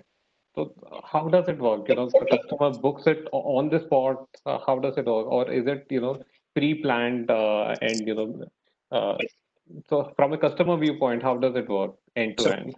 Sure. So it is, of course, booked at the last moment. We are focusing within a radius of 4 kilometers from metro station, because though it is a niche, but this itself, as you saw the numbers, it's a huge market in itself. And there is no company which is focused exactly on this need. So what we're trying to do, Ravindra, is when you book a ride, as in the moment you come out of the metro station, there is an auto waiting for you. But we've brought in an innovation here that we do not allocate a specific auto to you, because in our research we found that finding the right match between the passenger and the driver takes a lot of time, and most metro stations have an issue of parking. You can't wait there, right? So what we do is every auto comes with an IoT device which shows a color on the auto, and the moment you book your ride, you get an OTP as well as your route color. So the moment you come out and you select your station, so I'm not taking you to your home, but I'm taking you to a metro stop near your home. So let's say your route color is red. The moment you come out, you can board any of the red autos. So there is no wait time as such. And there is no time missed in the passenger driver matchmaking as well. Understood. So I think the biggest challenge here is, you might have a good, passenger numbers in the peak hours, office hours. How do you use the vehicles in the rest of the daytime? Because the challenge is if you are underutilized, then your cost will be too expensive. I think that's a fantastic question, and shows your in-depth understanding. So this was one of the biggest challenges when we were doing our business modeling. So of course we have considered that there is 3 hours in the morning, 3 hours in the evening. So therein we came up with an innovative idea of B2B tie-ups. So we have a tie-up with colleges, wherein off-peak hours we are utilizing that. Also, a lot of drivers in our case would be ladies. So we are giving them a 3 to 4 hours break in between, which actually gives them a lot of comfort. Oh, okay. So what you're saying is these are all three-wheelers, not a four-wheeler. To start with, we are starting with electric autos. But yeah, going forward, when I say B2B tie-ups, we are also looking at not just four-wheelers, not just cars, but also the tempo travelers. Okay. And quickly at a unit level, so at a vehicle level, how will the economics work? What kind of efficiency number, passenger count number that is required for it to break even? So if you look at the unit level today, a driver on an average makes something around 500 to 700 rupees. So our promise is we want to ensure that these drivers make a minimum of 1,000 to 500, 1,000 to 1,500 rupees a day. So we're looking at every auto serving around 80 to 100 customers on an average 20 rupees. So something around 1,600 to 2,000 rupees he makes per day, out of which 12% is our commission, and then a little bit goes into the running cost of the vehicle. Okay. Okay. Maybe last question, Sandeep, you have any question? No, I don't have any questions. Thank you. Ravindra, you have any last question? Nothing as of now. Okay. Thank you, Ravindra. Thanks, Girish and Kaman. Yeah. Thank you, sir. That's it. Bye. Okay. Next team is Team Motion. Motion, are you there? Just say hi. Come on stage and say hi. Motion. Hi, are you there? Motion. Team Motion.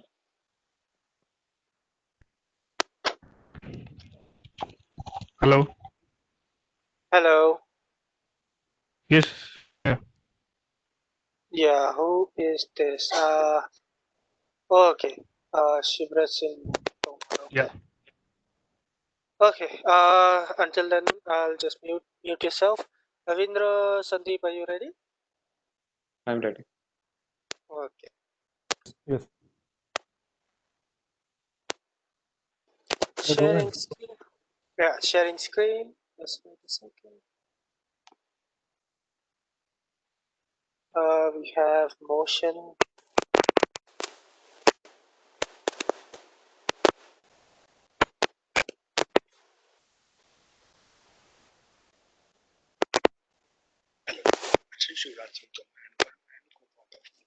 We are a electric process electric motorcycle startup. As a rider and a nature, we came up with the idea of a motorcycle which not only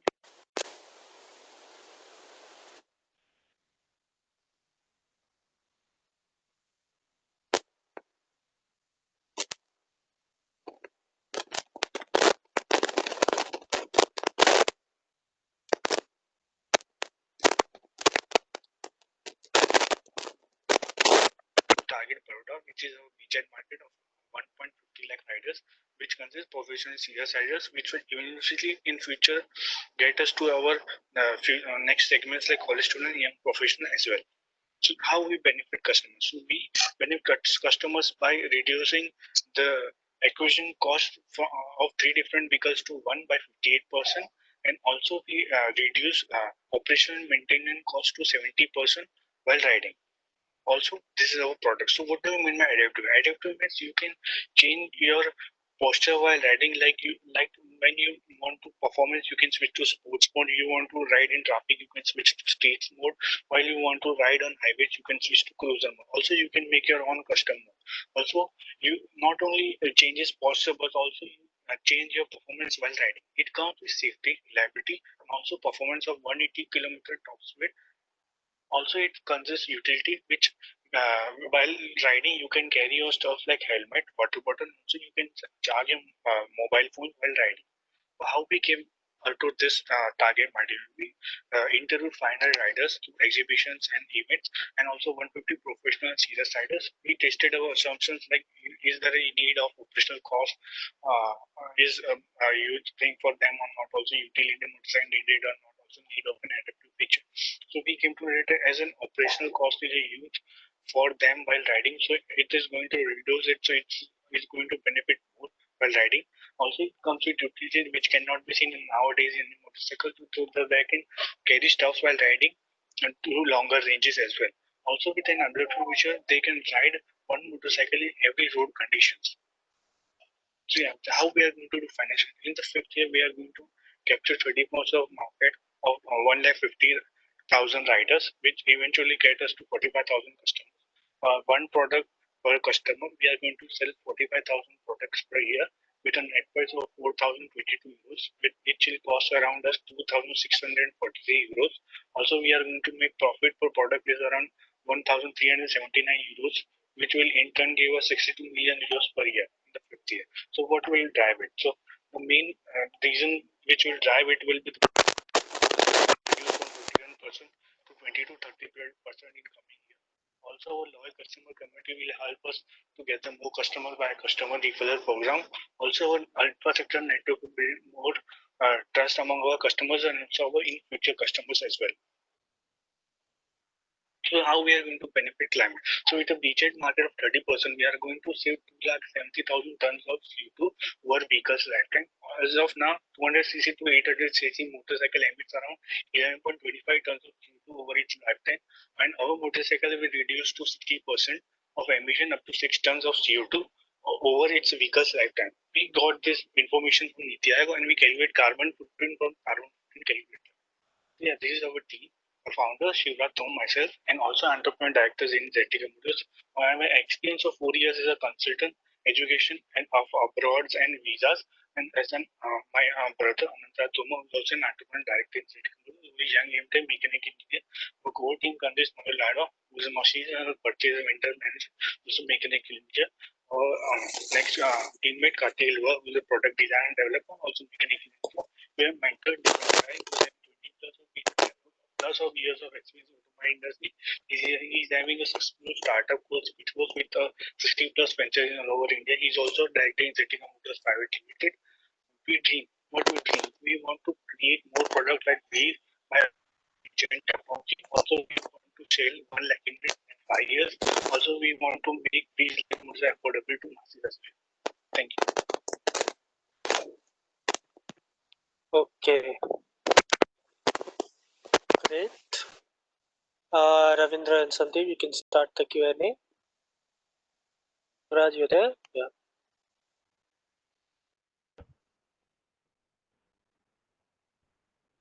Shivraj, critically, what I wanted to understand is the product itself. So if I have to compare your product to a comparable ICE product, which like it will be? It will be like we have 3 variants. So it will be like 200cc to 300cc and 600cc. Okay, so these are core performance bikes. Yeah, right. Sorry, I can't see you. Hello. Sorry, I can't see you. I think I lost for a second there. But anyway, I think this is interesting. What I've seen is mostly low speed vehicles coming up because it's a challenge of managing speed as well as range. So since you're focusing on high performance bike, how do you balance that? So basically, we are increasing user experience. So we are also working on our adaptive feature as well. Also, we are also working on our battery assembling, and also we have our own motor designs, which will be manufactured outsourced. So we are also working on that as well. FPC. Sorry, I lost 5-10 seconds. Can you say that again?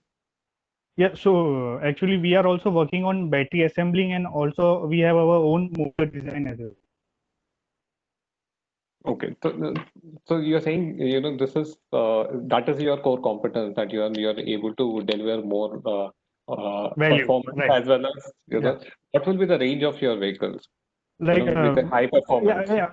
With the variant version, we are going to from 100 kilometer to 200 kilometers. Okay. Yeah, So, because we are actually targeting riders, so we need. Okay. Yeah. I understood. So you said operational costs will be reduced substantially, but I'm assuming your vehicle would have a very large battery component and which needs to be replaced every 5 years. Have you also factored that cost? Yes, I have factored that cost, but actually we have our own like 3 kilowatt to 6 kilowatt battery, so we have actually valued that to in our cost as well. Replacement cost to the customer as well, total cost of ownership. Yes. The replacement cost is also factored in. Right. Yeah. Okay. Okay. Understood. So, yeah, like earlier, biggest concern is, startups fighting, established companies. How Yes, do right. you manage that distribution service network? Yes, actually, I have mentioned our mentor. He is having a 60 plus franchise in all over India, so we have partnered with them as well. So to give motorcycle in major cities as well, they will also provide charging stations and also authorize work as an authorized service stations as well. So your mentor already have all this, and you're leveraging Yes, on. right. Yeah, yeah, we are leveraging it. Okay. Okay. Understood. Yeah.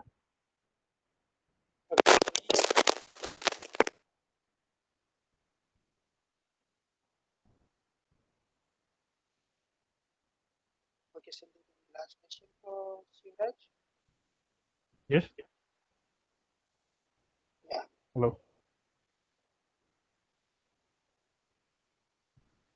And then do you have any last question for Shivraj?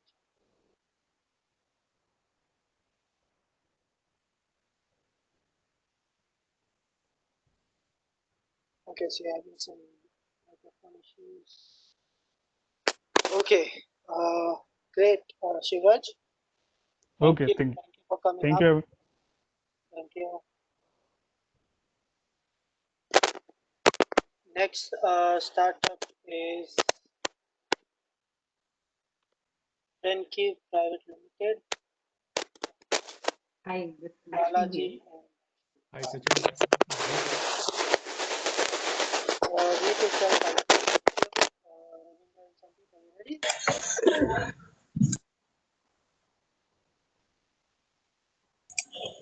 Sachin, there's some static, I think, coming from your side. From my side, okay. Is it proper now? Yes. Okay, okay. Maybe it's my microphone is rubbing with my t-shirt. I have to hold it. Okay, no problem. Let's Ravindra, ready? Yeah. Should I start? Yeah.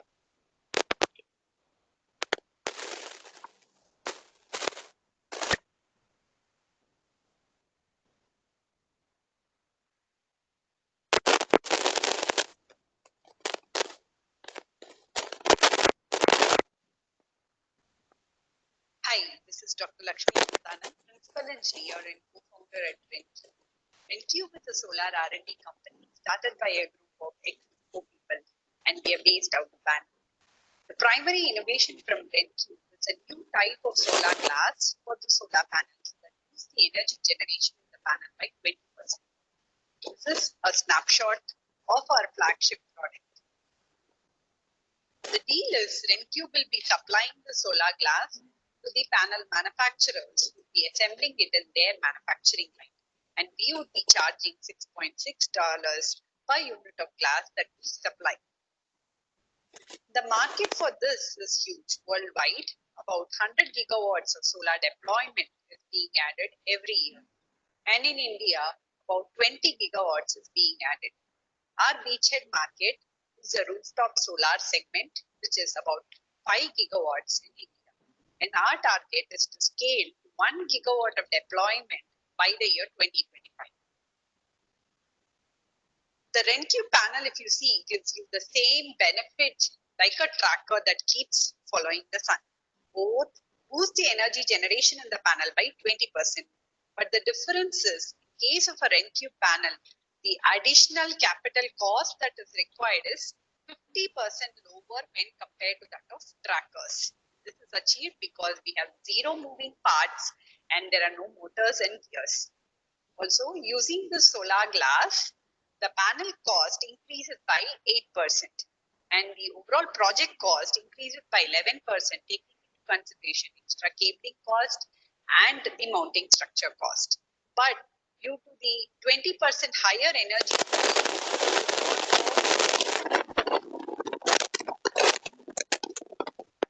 LCOE in the solar world. So in a traditional solar panel, the glass is a flat one. Now we replace this flat glass with our prismatic glass. And we also rearrange the way the solar cells are laid out. And we have filed 5 patents on this, and 18 more in the pipeline. As there are 0 moving parts, we give a warranty of 30 years. We spoke to several panel manufacturers and developers. And some of the key questions we asked them was, what is the price range that they are willing to pay for a new glass like ours? Are they willing to change their manufacturing? And the key learnings that we got was panel manufacturers continued to prefer only using low ion solar glass. And we confirmed this. We addressed all their issues and concerns with our the financials for the year 2023, by which we intend to scale 100 megawatt of wind.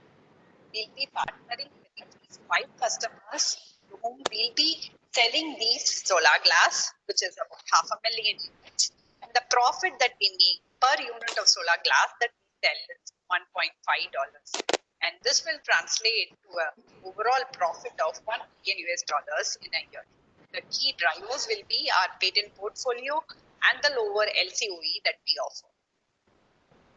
The climate impact is, with 40% of the beachhead market, we'll be saving 20 megatons of CO2 emission. A traditional solar panel, if you see, already saves 57 megatons of CO2 emission when compared to a coal-based industry. But when we use a RenQ panel, we additionally save 10 megatons of CO2 emission. And all of these numbers is for a lifetime saving in a 1 gigawatt. This is our founding team, consisting of Balaji, who is the founder and CEO. He is a CEO veteran with 20 years of experience, 3 Pioneer Awards, and 40 US patent granted. Janardhan comes from a rich manufacturing experience, and my other partner, our aim is to develop innovative solutions in the renewable energy space and achieve 10 million in revenue by the year 2025. We want to be known as the Intel Inside Solar. Thank you.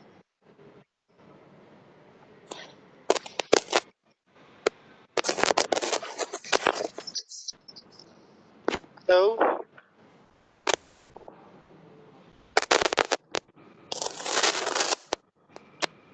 There is a lot of static.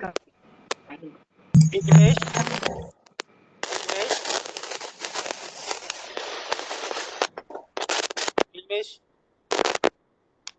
yeah, if you're not speaking, please mute yourself. Yeah. Was that clear, Ravindra, Balaji?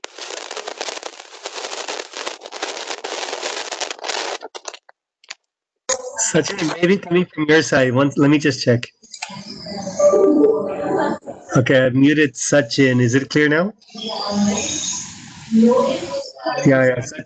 Sachin, it's coming from your side. Okay, just be careful there. I think we can start.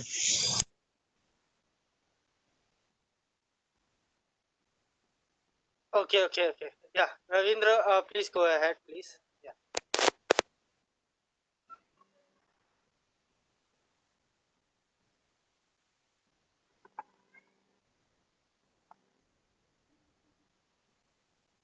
Sandeep, Ravindra, are you there? Yeah, I'll have to skip because I got had to attend an urgent phone call, so I missed it. So I'll let Ravinder ask the question. I see something Ravindra's in the statement and the video not considered.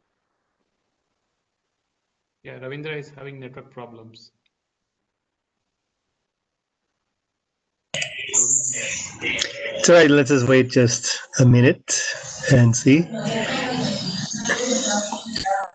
Well, maybe you know what? Could be a great time. I was going to say for a break, but let me see how Ravinder is. Let me call him 1 second.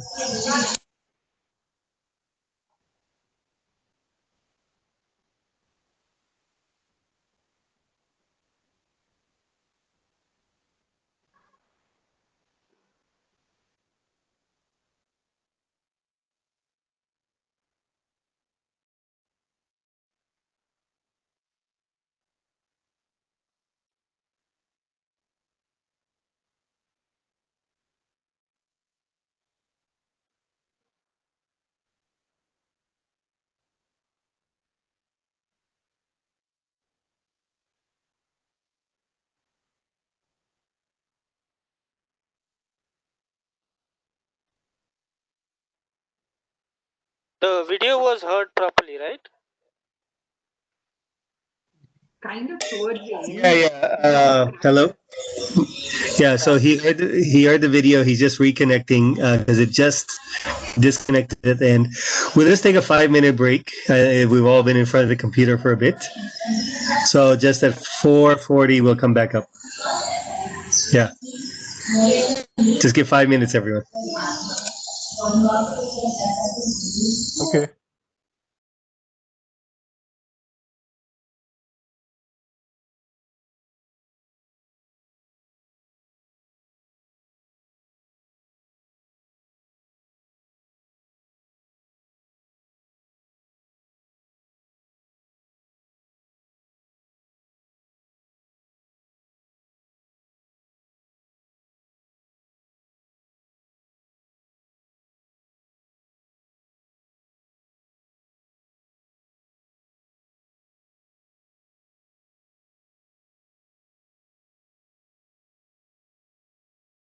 Sorry, I had a problem with my broadband. I'm back.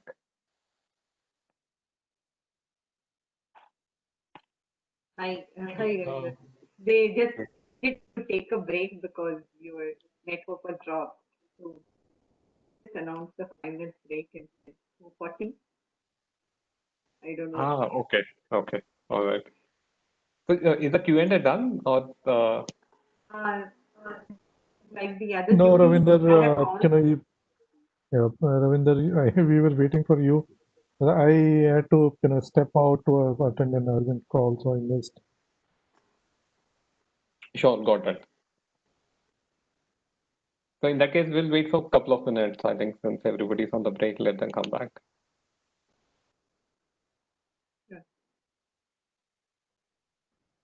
Is Sandeep here? If Sandeep is here, we can start the Q&A.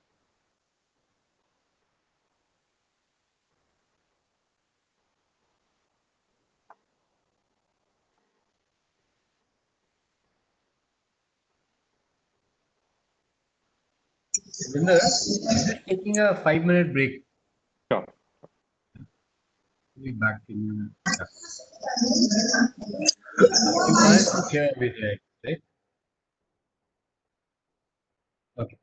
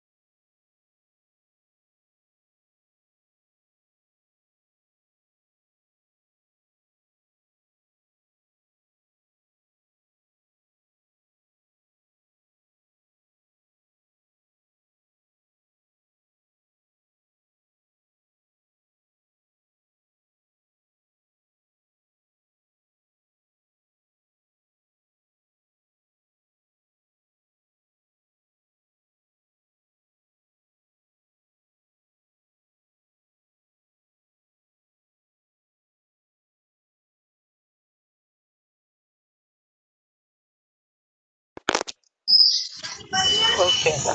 Back? Ravindra, you back? Yeah. Sandeep, you back? Yeah. Sandeep in call.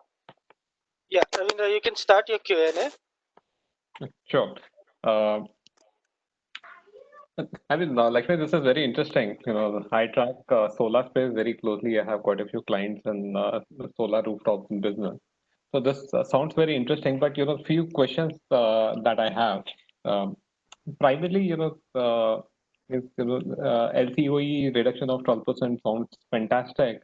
Uh, uh, but why are you limiting yourself for the only rooftop space? Why not, utility scale solar farms?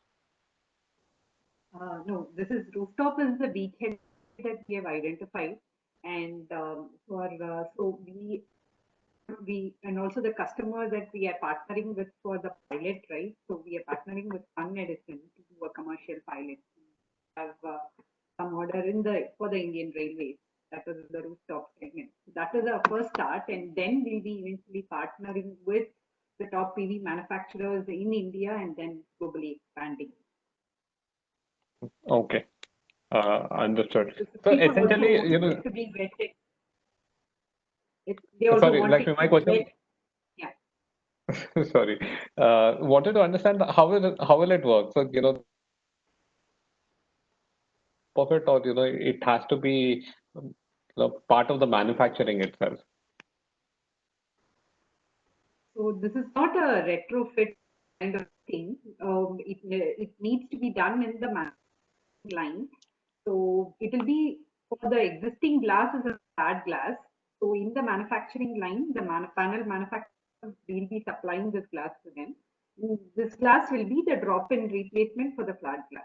And there is also, if you Understood. see the slight way the cells are rearranged, the layout is slightly different. Understood. And at least in the rooftop space, one of the critical challenges is the maintenance and cleaning. Right? Does your glass impact anything on that maintenance or cleaning the panel? So it is the same thing that you do for the today's panel, but we do have one challenge of because it is a structure of glass that we have now. So we will be having some soiling issue, and we are looking at identifying what would be it and what can we do to mitigate it with some other design changes. And for that, we are working with IIT Bombay, who are specialists in the soiling space. Understood. I think this is a critical challenge to be fixed because more and more the O&M players especially wanted to find a solution of reducing the frequency in which they clean the panels or automate this especially in this rooftop space where the size of the projects are small. Frequently fortnightly sending somebody to clean it becomes very expensive. So that's where everybody is looking for a automation kind of a solution. But if this adds to the problem or avoids automation, then probably there should be some design solution as well for the same problem. Otherwise, adoption will become a bit difficult. Yeah, Ravinder, we are looking at a rover which can automate this cleaning part. That's part Okay. of our strategy, but the rover will work in an utility scale. For the rooftop, we have seen some startups in the drone space trying to do some cleanup. We have not got there or we have not looked at it yet. So that's something that somebody else is already looking at it. So we're just doing what we can do in the glass for now. Okay. Okay. Understood. And for this to work, how much investment is required? Because, you have to manufacture the glass and supply it to the OEMs, right? Yeah, so we expect the glass manufacturers to, the initial cost will be there in terms of glass manufacturing with the manufacturer for the pilot, and afterwards it's going to be the PV manufacturers placing an order with the glass manufacturers, and we are in between. So we will not have any inventory. So whatever is required asked by the PV manufacturers will directly go to the glass manufacturers, and from there it will go. So essentially, you are charging for the royalty in some sense for giving the design. Exactly. So what is the defensibility of your technology in that case? So we control the die, how which the prisms would be made. So we will control the die and the designs that go along, and we also have further plans to improve efficiency, reduce weight. So that way, for the next 5 years, 10 years, we'll be able to control the market the way we want, unless something else happens. Okay, understood. I have no more questions. I don't have any questions. Okay. Ji, thank you, Lakshmi. Thanks, Sachin. Thanks. Thanks a lot. Thank you for participating. Next startup is Toros Robotics. Toros Robotics, can you come and say hi on the stage? Hi everyone, good evening.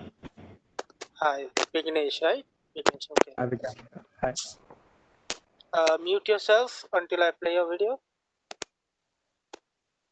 Okay. Ravindra, you ready? Yes. Sandeep, ready? Yeah. Yeah. Okay. Toros Robotics.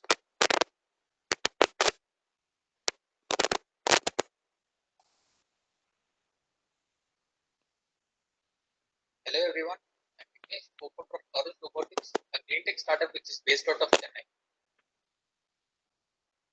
We have less than 10 years to drastically reduce the global CO2 emissions, prevent the climate crisis from becoming irreversible. As a part of preventive measures, the world is electrifying rapidly, and it's now evident that electric vehicles are our future.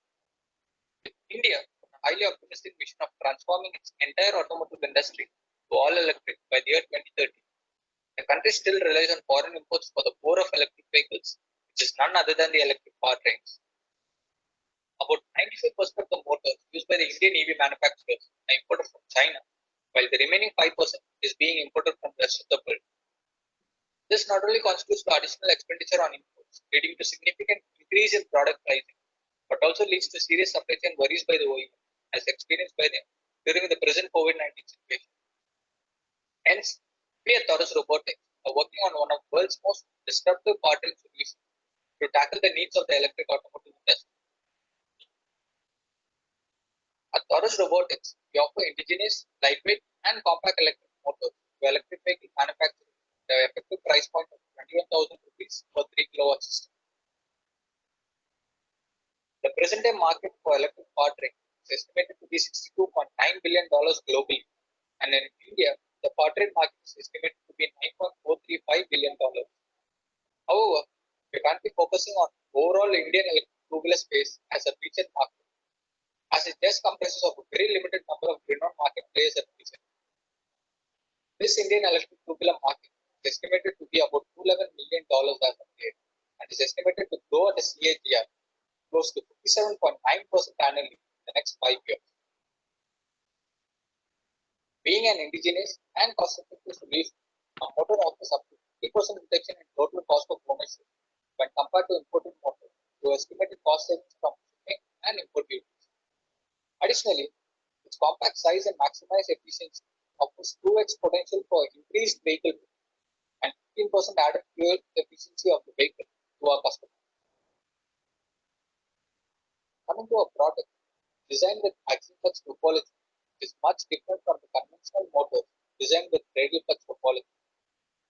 This, along with our innovative design, use of proprietary materials, and proprietary cooling technology, helped us develop one of the most compact, lightweight, and powerful motors that are highly suitable for electric vehicles, robotics, defense, and aviation applications.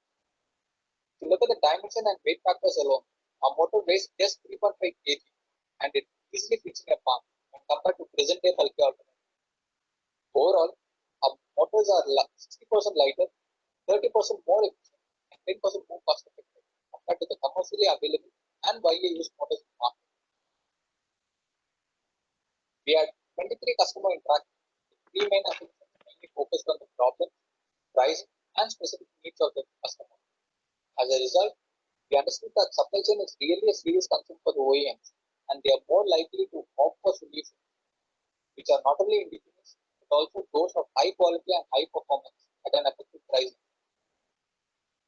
Coming to the financials, we have estimated our financials with our 3 key drivers being net price per product, the market, and the market share for our product. The year 5 estimate of a startup growth at an effective price point of 21,000 rupees for 3 kilowatt system, which is at the cost of 8,243.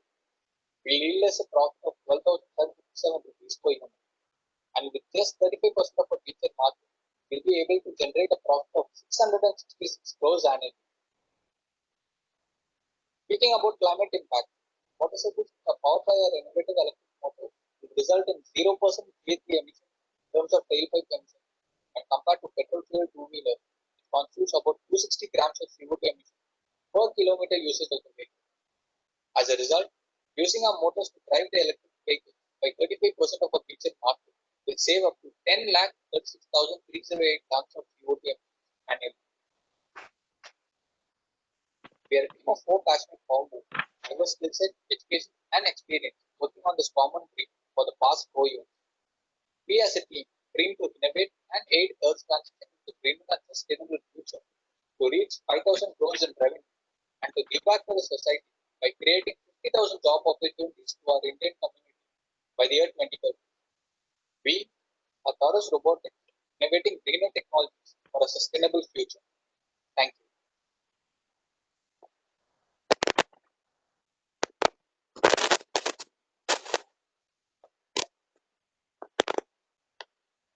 Okay. Taurus Robotics. Yeah. Okay. Hi. Ravinder, you can start. Sure. Because I mean, critically, one key question, is we all know that number of moving parts in electric vehicle are limited, right? Only way a OEM can differentiate themselves is probably, say, if I have to compare with a IC vehicles, having great engine, etc., right? Yeah. So why would an OEM buy from component manufacturer? Wouldn't they want to differentiate their product and have their own drivetrains and motors? Okay. Actually, that happens in terms of the EV manufacturer's mentality. But if you look at the larger picture, even right now, even if like Tata Motors is producing a vehicle, there are some components which is being outsourced, because only a very few companies think about making everything on their own as an indigenous development. As an entire or a bigger picture, people tend to go to outsource and get the components. And when they look for other solutions or to get third party solutions, what usually people have been getting right now is the Chinese motors or the motors which are bulky in the market. So that is where we wanted to prove an advantage wherein it will be beneficial and add a value to the customers, as well as we'll be one of the pioneers in building such type of motors in the market. I think the short term given, but long term is what I was focusing on. Everybody wants to differentiate, have something on their own. That is what I'm more worried about, because as an automobile component manufacturer, you want maximum number of OEMs to partner with you, or you supply to all the OEMs. But that is going to be difficult. Say currently it is nascent industry. Everybody has not developed their own. But say 5 year, 10 year forward, wouldn't they want to develop something on their own? So that's the concern that I had. Okay. And what you mentioned, conventional OEMs, depend on a lot of component manufacturer, but there are thousands of moving parts. Putting everything together and owning the critical part of it is how conventional IC vehicle manufacturer thinks about it. But here, in electric vehicle, there are very few moving parts. Yeah, even now, like people like larger players, they're coming up to partner with startups like us in terms of licensing our product. Like you said, like you rightly mentioned, since this is a new technology, people are coming up to us and saying, we need your technology, we need for our specific requirement, and we'll be licensing it from your end. So that is even now we are having an interaction with Tata Motors. The motor which I showed you in the presentation was a 3 kilowatt motor, but there's a specific requirement from Tata Motors which is given to us right now for indigenous development. So we are working on that. So likewise, companies are tending to go for licensing more than manufacturing it by themselves. In terms this of is interesting. So this is interesting. So you're co-building with Tata Motors. So therefore, you can't sell it to anybody else or the competitors of Tata Motors, right? And that is how it should work. No, the specific requirement what a Tata motor requires. As far as the entire technology is concerned, as a entire motor is concerned, the IP is owned by us. I'm telling, we pitched actually a 3 kilowatt motor to Tata Motors, but they were having a specific requirement, which is a 4 kilowatt motor with definite torque rating and RPM ratings. It was quite different from what we developed. In terms of our technology, which is a 3 kilowatt or whatever motor we are developing, we'll be supplying it as OEM to other manufacturers. Okay. So that will go on, yeah. Okay. So if I understood you right, say specific 4 kilowatt specific say technical requirement of Tata Motors, you would manufacture for them, and you supply that alone for them. But the core technology is yours. You can always change it and build a product for all different OEMs. Exactly. Okay, understood. So, and you did mention that you have a superior profit of some 60%. How sustainable that is? Typical component manufacturer don't really have a bargaining power with OEMs. Do you think that 60% is sustainable? It is actually sustainable because of the technological advantage that it gives and the value what our motors provide. In terms of, just a second, yeah. In terms of the entire motor, it actually gives you like 60% lighter and 30% more efficiency. And if you look at the customer value proposition, what we provided, it reduces the cost by 50% in terms of import and shipping expenses. And it also provides the OEMs an opportunity to double the range in terms of having a double battery pack. So in such kind of compact vehicles, such kind of compact motors and battery packs are very much required. So for the value what they get out of it, they are ready to pay a 60% margin in terms of the product. Yeah, because there isn't quite well-known alternatives in the market right now. Okay. So this is something a disruptive technology. What is there? Yeah. You over past 4 minutes. Sandeep, you have any question for him? Yes, quick question. When you showed this slide differentiating in terms of the merits of your motor, with the normal drive and BLDC motor, it was only on the weight. What was the main criteria that was showed was the weight. But I have not understood weight and the what is the technology that you're following in the motor. Is it and how much is that component are indigenous, and are you dependent on any of the imported component for developing your motor? No, it's actually the as far as the entire motor is concerned, it's completely indigenous by us in terms of design, the material what we use, and the components what we use. Just the magnets alone, we need to import from China. Even that, moving forward, we'll be importing the raw materials from China and we'll be magnetizing here, producing our magnets in future. So in that case, it will be 100% indigenous in terms of overall manufacturing. So what kind of technology you're using in the motor? I mean, Yes, sir.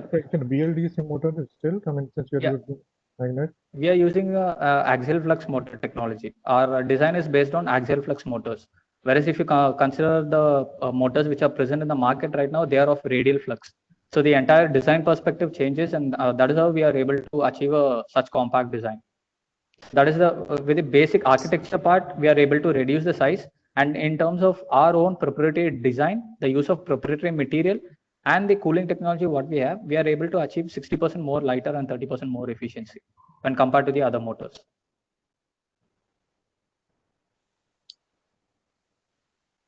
Okay. Okay, good. Yes. Thank you, English. Thank you. Yes, sir. Thank you so much. Yeah, thanks a lot. Yeah.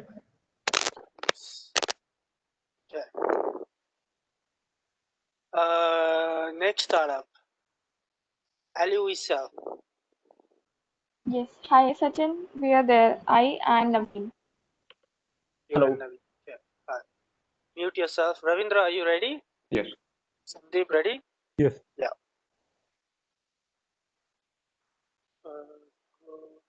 Share.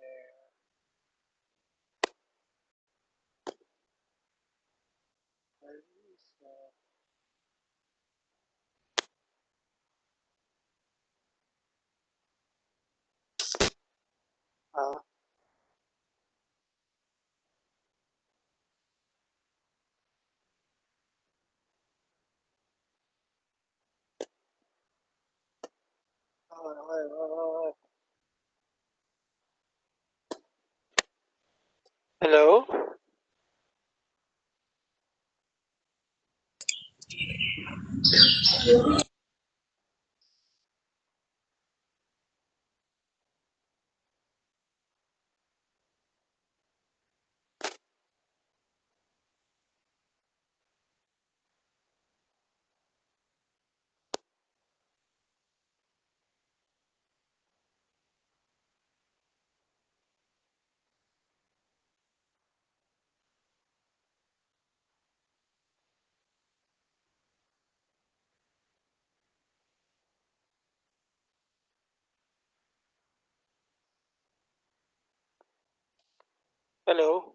Pradhan, can you hear me? Yeah, we can hear you. We're just waiting. I saw the Google Drive, I think, or something. Yeah. Little technical difficulty. Just give me a second to fix the issue. Oh yeah, super.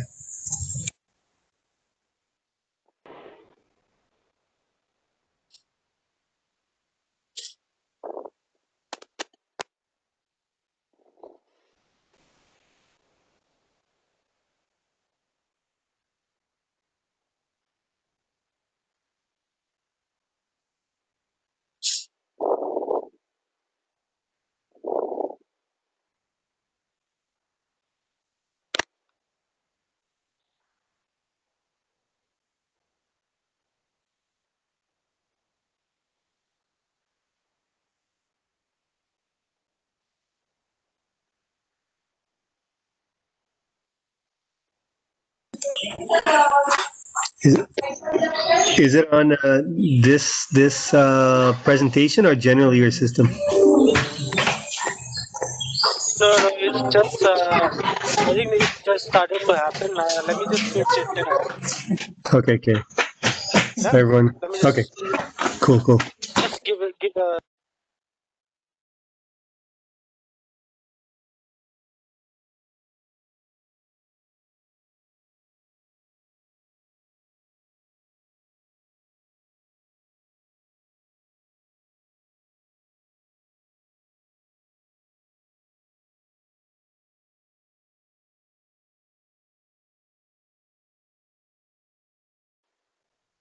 Can you hear me? Yes. That's okay.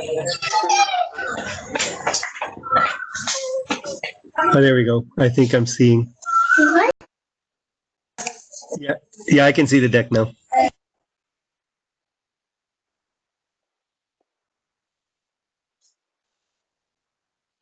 Hello everyone, this is Nimisha Verma from Team Aloe eCell. We at Aloe eCell sells eco-friendly aloe vera batteries to low-end device users at 9. Low-end devices are devices like remote controls, clocks, toys, etc. We have classified the market into 3 segments, that is low-range, mid-range devices based upon the usage. Our Indian battery market is tend to rise to $29.8 billion and global market to $139.36 billion. Every year, 2.7 billion units of AA batteries are being consumed in India, whereas this number rises to 69 billion units being consumed annually, where 79% of the total is used for domestic purposes and rest for commercial and industrial purpose. Our BHL market lies in low-end device users, but we are targeting only 3% of total market available in that. Customer value proposition. Comparing Aloe eCell with the other leading brands, that is Eveready, Nippo, and Panasonic, we got price comparison where the other batteries are available for 10 rupees. Aloe eCell is available at 9 rupees. That is 10% money saved. Durability comparison where the other zinc carbon batteries can quench the thirst of your devices for 3 to 4 months. Aloe eCell can do the same for more than 6 to 7 months. That is 1.5 times more durability. Other batteries contains chromium, manganese, etc., which is very hazardous. Where Aloe eCell contains primarily aloe vera and is therefore non-hazardous and eco-friendly. So you will be using world's first 100% eco-friendly and non-hazardous batteries. Talking about our product, we at Aloe eCell have created world's first 100% eco-friendly and non-hazardous 1.5 volt AA size batteries using aloe vera. Yes, you heard it right. These cellular batteries are an alternative to the hazardous dry cell batteries we have been using since ages in our remote controls, clocks, toys, etc. And the best part is that these are available at 10% lesser cost and 1.5 times more durability. Customer discovery, we have done 450 plus interviews, which helped us understand our customers better and also cleared a lot of our hypotheses. We got to know eco-friendliness when packaged with less price and similar or more durability is a priority for majority of population. Also, eco-friendliness is the major concern. Now, let me take you to an interesting slide of numbers. I would just request you all to start reading from right to left. We have taken the life of the product as 1 year and consumption life of customer as 2 years. Because we have assumed if a customer buys a product from us, he or she is likely to return at least once, accounting to 2 deals per customer. According to the buying habit, the customer tends to buy a pack of 12 in a row. Accounting to 12 into 2 is 24 deals per customer. If we invest cost of selling as 80 rupees, the cost of selling per product comes out to be 80 divided by 24, that is 3 rupees. A cost of making is 2 rupees, so total production cost comes out to be 5. On selling a product for 9 rupees, we can incur a margin of 4 rupees per product. Talking about the market of, we can have 20 lakh customers and sell 2.4 CR back, accounting a total profit of 8.8 CR. Every event needs to be beneficial. So talking about if we to cover 80% of a BGN market, we can observe 53% reduction in battery waste, 62% reduction in landfills, and 86% reduction in soil pollution. Talking about team, we are the 2 co-founders where I handle the strategy, product development and research, while Naveen handles creative, technical, and marketing department. We also have 3 mentors with us who helps us in overall functioning of the startup. Our vision is to see in every form. A turnover of $5.7 million by 2020 and 3.8% of total primary battery market, $20 billion by 2020.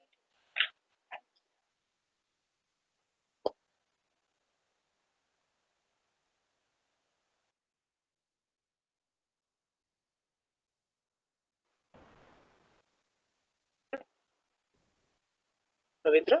Yeah. Yeah. So Nivisha, this looks interesting. Sure. So my critical question is, what is your business model? Are you a cell manufacturer or just a technology provider? We will be the battery manufacturers basically. You will manufacture and distribute the battery. Okay, so I think biggest Yes. hurdle for you is distribution or acquiring customer. This is a small product, everybody has an established distribution network. It is very difficult, going to be very difficult to break into that. And I'm not sure, how many customers buy battery based on eco-friendly or, nature of it. You have to compete with the conventional one, and, distribution will be a key. What's your plan on that? Yes. So, I mean, you are exactly right on what we thought, because we earlier thought that the people are more concerned about the eco-friendly batteries, but it is not. The exact reason is people are more concerned about the price and durability. Therefore, what we are doing is we are providing eco-friendliness along with lesser price and more durability. So this is our USP, which is helping us to garner more customers. Moreover, being an eco-friendly product, it sometimes help us to gather more customers, because some or the other time we get customers who are socially responsible nowadays. And we are also we have segmented our market and are targeting the customers in a manner that we could garner more and more based on the USPs which we are providing. Okay, and have you already started manufacturing? We have not manufactured it completely, but we have few prototypes like this. So we have created around 100 or 150 batteries. So these are working batteries exactly. If you want to see, like, I have a simple clock that is running on these batteries. And we have also distributed it to few early users to get their feedback And this is not the first product that we have prepared, like in the terms of the prototype. We prepared the first prototype, then there were some issues like the leakage issue was there, the liquid was drying, because this is a liquid electrolyte, so we need to take care of the leakage and everything. So we iterated, we refined the product again and again. So finally this is the usable, workable product that can be used in the devices, and you can say it is like market ready, but we still need to manufacture it using the complete cutting edge technologies. Understood. So, how are you going to manufacture it? Would it be your own plant, or you're going to contract manufacture it? And what is your marketing plan? How do you, distribute your product and create Yes. awareness? Yeah. Sorry, I missed your last question. Create awareness. Create awareness about your product. Okay, create awareness. Oh, I'm so sorry. Okay, so talking about the manufacturing part, we are still deciding on that because we are talking to people. Even Patanjali Renewables is the one who has approached us for manufacturing this. We are in talks with them. The final outcome is yet to come because we are ready either to license the technology or to manufacture it ourselves. Moreover, since this is a new product, so we need customized machines. The complete manufacturing will not be done by us. We'll be getting it outsourced. A little portion will be outsourced, like the 3D designing and everything, because the internal design and design out, internal design of this battery is also different. So we need to cover up that. And secondly, the second question was regarding the marketing. So we have already started creating a buzz about this. We are focusing on the digital marketing as well as the offline marketing. We are talking to various distributors, wholesalers, the customers who will be like buying a product or who are ready to buy this product. So this is our basic plan. And creating awareness, we have already started creating awareness using the digital marketing campaign and setting up the workshops, distributing free samples like this. I have no more questions. Okay. Yes, yeah, a nice presentation, but I would like to just understand the fundamentals. What is the role of, allo, and what is the other content? I mean, if you could just give a little bit more on the technical side. Is it being used on electrolyte, or, and what are the other, electrodes, made of? Yeah. And, I mean, on the technical merits and comparison with vis-a-vis the, existing product, when you have something like, Duracell or the other, already that are available. And Duracell is quite expensive, but, long lasting also. So how does it compare, with the available product in the market on the technical side? So we are not comparing with Duracell, that is the alkaline batteries. We are just now comparing with the zinc carbon batteries like Eveready, Nippo, Panasonic, Mahabali, etc. And talking about the technical side, aloe vera is used as an electrolyte. We are also mixing few other herbal constituents in that, but we will not like to, declare those products because our patent is in process. And the electrodes are also changed in this. Well, I mean, we are not using the typical zinc and carbon electrodes. Okay, well, you talked about the market size, then what about the backward integration if it is going to be, electrolyte is aloe and other herbal product, how are you going to source it or, for a mass scale manufacturing? Yeah. So talking about India is like India produces 10% of the world's aloe vera. So procurement of the raw material is not a problem for us.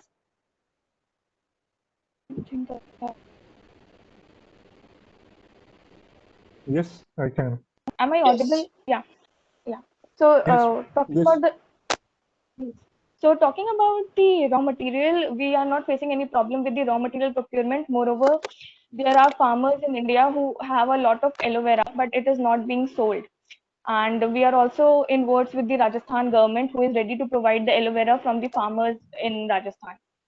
So raw material procurement is not a problem for us right now. Okay, one last question. You showed, your beachhead is Lucknow. So any particular reason you look targeting Lucknow? Just now we are starting with Lucknow. There are two major reasons. One is I'm from Lucknow. Our company is registered there. So it was easy for us to capture the market here and create awareness, talk to the customers, etc. Okay, I don't have any other questions. All right. Okay. All right. Thank you, Naveen. Thank you. Thank you so much. Just one thing. I believe Mr. Tandon has to leave for a prior commitment. So we'd like to thank him for his time on the jury. And Ravinder, if you're okay to stay, we have just a few more as a single jury, and of course we'll adjust the scores so that to take account it's a single jury for those remaining ones. Thank you again, Sandeep. And I hope you found some very exciting startups here to look at and see how our innovation ecosystem is really growing in India. Yes, yes, yes. Thank you very much, and thanks to all of you, and, Ravinder, everybody for giving this opportunity. And I think we'll stay connected. Thank you very much. Great, thank you. Okay. So next startup is Saidi. Saidi, can you come on stage? I'm ready. You're ready. Okay. Ravindra, you ready? Yes. Okay. Might go fast on this little bit. Saidi.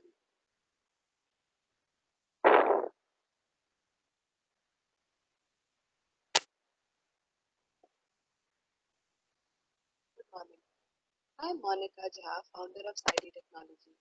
More than 60% of India is unlit as per safety standards, and our metropolitans alone have 1 million extra street lights. Major contributor to this problem is the lack of a planning methodology which has to be followed before installing lighting infrastructure, which further leads to up to 40% energy wastage.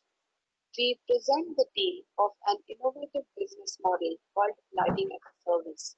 It consists of an end-to-end solution for responsible organizations whom we will contact via contractors and project management firms, where the illumination analysis, design and production of suitable custom lighting solutions, installation, monitoring, maintenance of the entire lighting infrastructure over a long-term contract period will be handled by SID.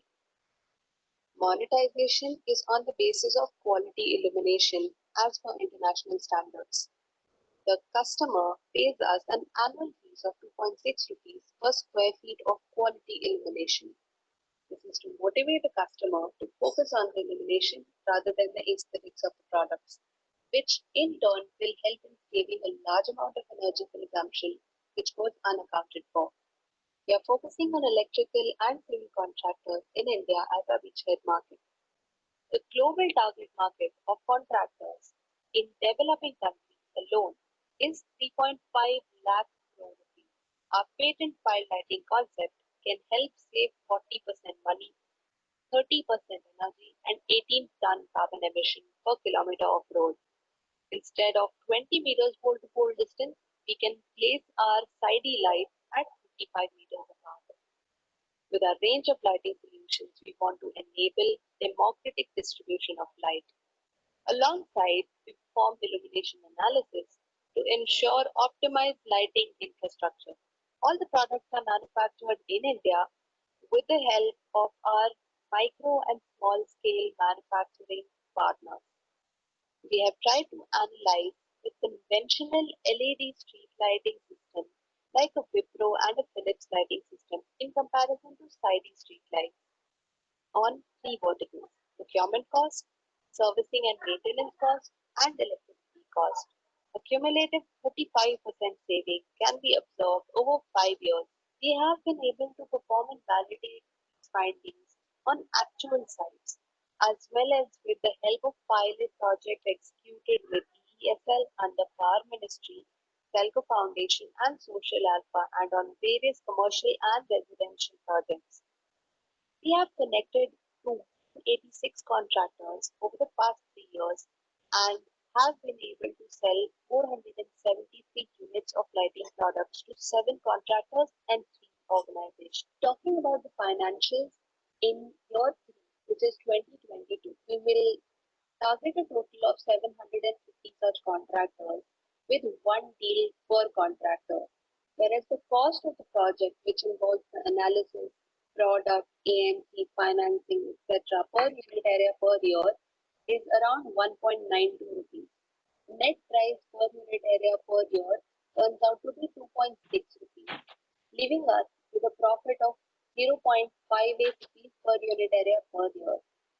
Talking about the climate impact, in comparison to conventional light, 40% lesser number of streetlights are required, which effectively helps us in cutting the carbon emission caused due to manufacturing, transportation, material usage, and electricity consumption.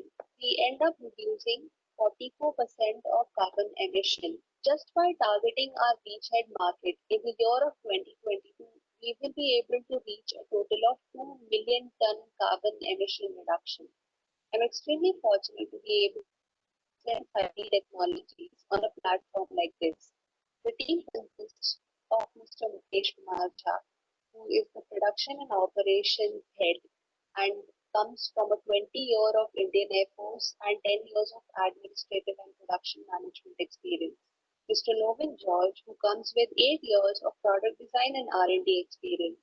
Mr. Prabin Babu, with 8 years of extensive product design and electrical and power electronics R&D. We have a dream of making life accessible to all and coming up with technically superior and robust solutions for developing countries. Thank you so much.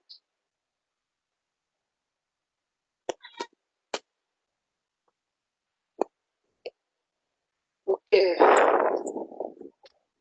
So, Monica, the core of your product, as I understand, is the design. Yeah. Right. So, and how do you safeguard your design? Why can't somebody else copy it? This is a, street light is a very mature product, isn't it? Right. How long it will take for somebody to copy it? So it's fairly easy to copy, frankly, which is what we realized in the very first month of when we were executing the R&D and when we actually did the search. As you can see, the particular fixture looks very easy to implement, but what we have done with the patent is we have safeguarded the entire concept around it, as in anybody who tries to diverge the light or converge the light by modulating the panels or in any other way will obstruct our patent. If at all they want to disrespect the patent and still want to go ahead, we have also started working on the power electronics and the automation aspects of it. And we have been working on the LED driver circuits, the solar charge controllers, which have about 2 to 5% more efficiency comparatively. So what they basically do is, suppose anybody else tries to copy the exact same, they'll not be able to match the exact cost and energy efficiency as much that we are able to claim, and which is what we have proven as well. Okay. And the industry that you are in, I don't want to say it, but it's a dirty industry. Everything runs on, kickbacks. So therefore, I think, not working directly, but, working through contractors does make sense. But, the core success of your, product or the company will depend on, these are all driven by tenders, right?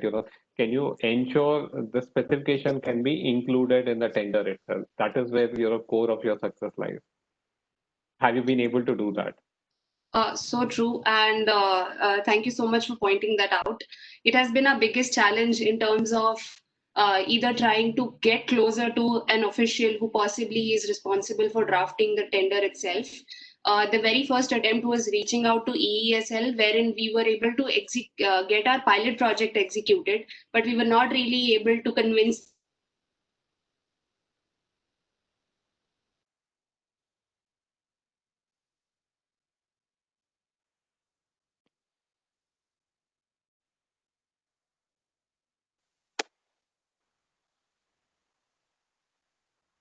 Not able to hear. Who did we lose? Monica. Okay. Monica? And Ravinder, are you still there? I'm there.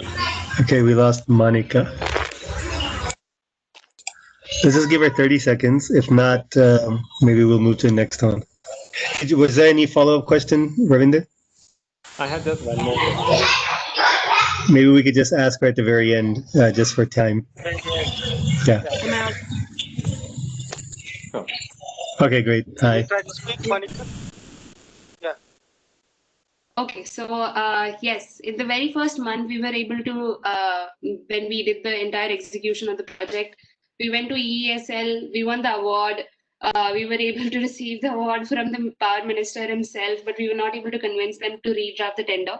It's going to be a very long and derouted path, as in we might, instead of taking the entrepreneurship and the businessman area, we might actually be try to be somebody from the policymaker or be from the NGO kind of setup, which is also a really good path. But then I would rather go parallelly and try to approach the particular, the particular destination that where we want to reach.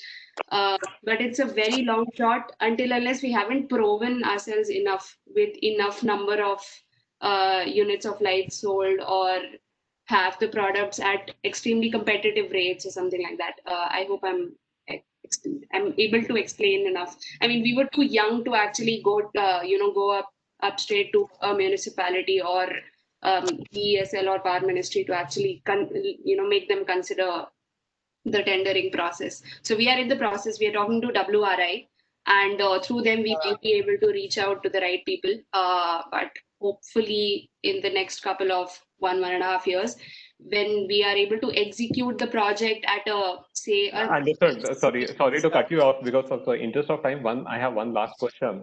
Probably important question is why you wanted to be a ESCO? Why don't you just purely sell your product? Currently, we are doing that, but we do not see the motivation in the end consumer in trying to figure out that lighting is to be seen as a solution. Where we started our organization, we wanted to make sure that the light is not being exploited in any way. There was lack of methodology being followed, and if we keep selling the product, that will keep happening. I mean, people will just put how many ever lights in their street at like 5 meters apart or 10 meters apart, and the entire analysis which was supposed to be done to cut down the cost and cut down the energy consumption will again stand at zero ground. So we wanted to make sure that the entire process is being followed at a very, very cost effective manner, which we were able to propose because of the lighting technology, again because of the reduced number of street lights. So it became cost effective and it gave us the pleasure of making sure that the process was being followed. Understood, but I think you're left with a bigger problem there that you're not directly executing this project. You're selling it through contractors. You don't have control on the end product, right? True. So something to think about. I'll leave it here. I don't have any more questions. Oh, okay. If I just take probably like 30 seconds more. Currently, we are not at a position to actually function it as a lighting as a service. So we are selling it directly as a product. Plus, the market is also not ready. The market has just Philips as lighting as a service, which they sell as EMI. They don't sell it as lighting per square feet or any innovative mode like that. So while the market gets trained, we become slightly bigger, and probably in like 6 to 9 months, we become big enough to match that leasing structure, financing, cost bracket, whatever. Understood. Okay. Just thank you, Monica. Thank you so much. Thank you. Next startup is Intech Harness. Yes, here. Hello. Hi, Intech. Okay. Mute yourself. I'll play your video. Ravindra, ready? Give me 10 seconds. Okay.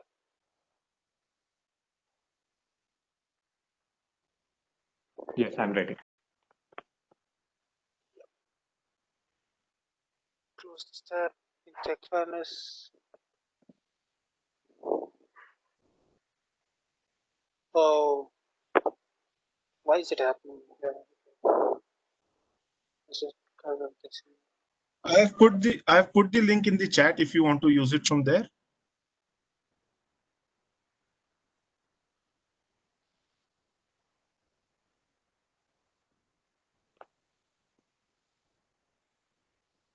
Let's shorten URL. I'm Tarak Patel, founder of Intech Harness.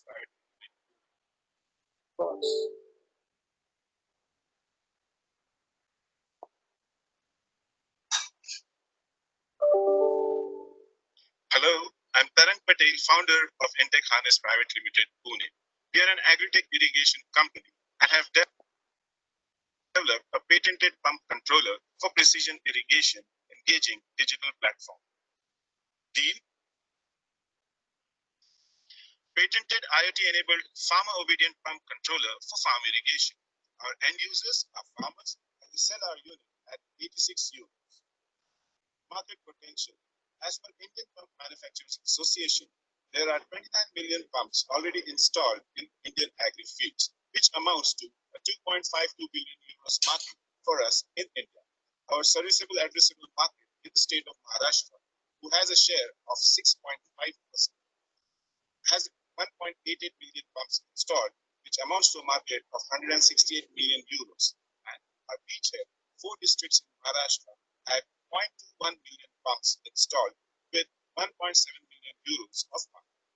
Pump market is growing at 7 to 8% per annum, and our controller can seamlessly attach to any kind and power of pump. Customer value proposition. A pump burnout would incur an expense of 5,000 to 7,000 rupees per instance. Because of the controller, this expense is nullified, and precision irrigation increases the yield of the crop as well. Therefore, the controller can contribute in the increase of income of the farmer by eliminating the expenses on the burnout as well as increasing the crop yield. Thank you. The product, we have developed a single solution which addresses all the micro and macro level challenges. Let me give you an example of what the product does. Supposing the farmer has a need to irrigate his farm for 4 hours, then all he will do is give an on time of say 12 o'clock and off time of say 4 o'clock. Then this controller will start the pump at 12 and switch off at 4 every day without human intervention. But the intelligent part is that suppose it starts at 12 today and there's power loss at 1, then everything will shut down. But if the power resumes, say at 1:30, then the controller will initialize and it will restart the pump, keep it running till 4:30, and switch it off as well. So the program time is delivered and there is no human intervention in the entire operation. Customer discovery. We had extensive interviews and interactions with farmers across Maharashtra. And these were the challenges that were identified through these discussions. Micro level, erratic and fluctuating voltage, detection of dry run, manual operations, extended pump operations, high cost of maintenance, long farm to house distance, cost of availability of related to national level. Indian agriculture uses 200 billion units of power every year, which amounts to 18% of the consumption, and uses 1.6 to 2 times the required water for irrigation. There is a need to arrest depleting groundwater levels. There is no data capture, and manual efforts lead to errors. Financials. Our second year financials in 2020 would be the key drivers being cost of manufacturing, as we are manufacturing in tier 3, where we have labor cost advantage. We are selling the product at a 40% margin, and our marketing approach is to scale with B2B approach, working closely with NGOs and pump OEMs. The profit in that year is euro 3,26,400, and profit per unit is 34 euros. Products to be sold in that year is 9,600. The sale price at 85 euros, and the cost being 51 euros. The beachhead market amounts to 2.21 million units, and we aim a market share of 4.57%. Our technology contributes positively to the climate. We have a potential to mitigate greenhouse gases by 15,000 tons per annum in the 6th year, by 18,000 million units of power saved by the 6th year, and 37 billion liters of water saved in the 6th year. Our technology is aligned with UN SDGs 2, 9, 11, 12, 13, and 15. We are also aligned with Government of India's projects dealing with efficient use of groundwater in irrigation. Our team, we are a techno-commercial team, and our dream is to provide single technology solution to current problems in farm irrigation, to reach a sale revenue of 25 crores in the 5th year of operations, and future modular offering of digital agriculture. Thank you.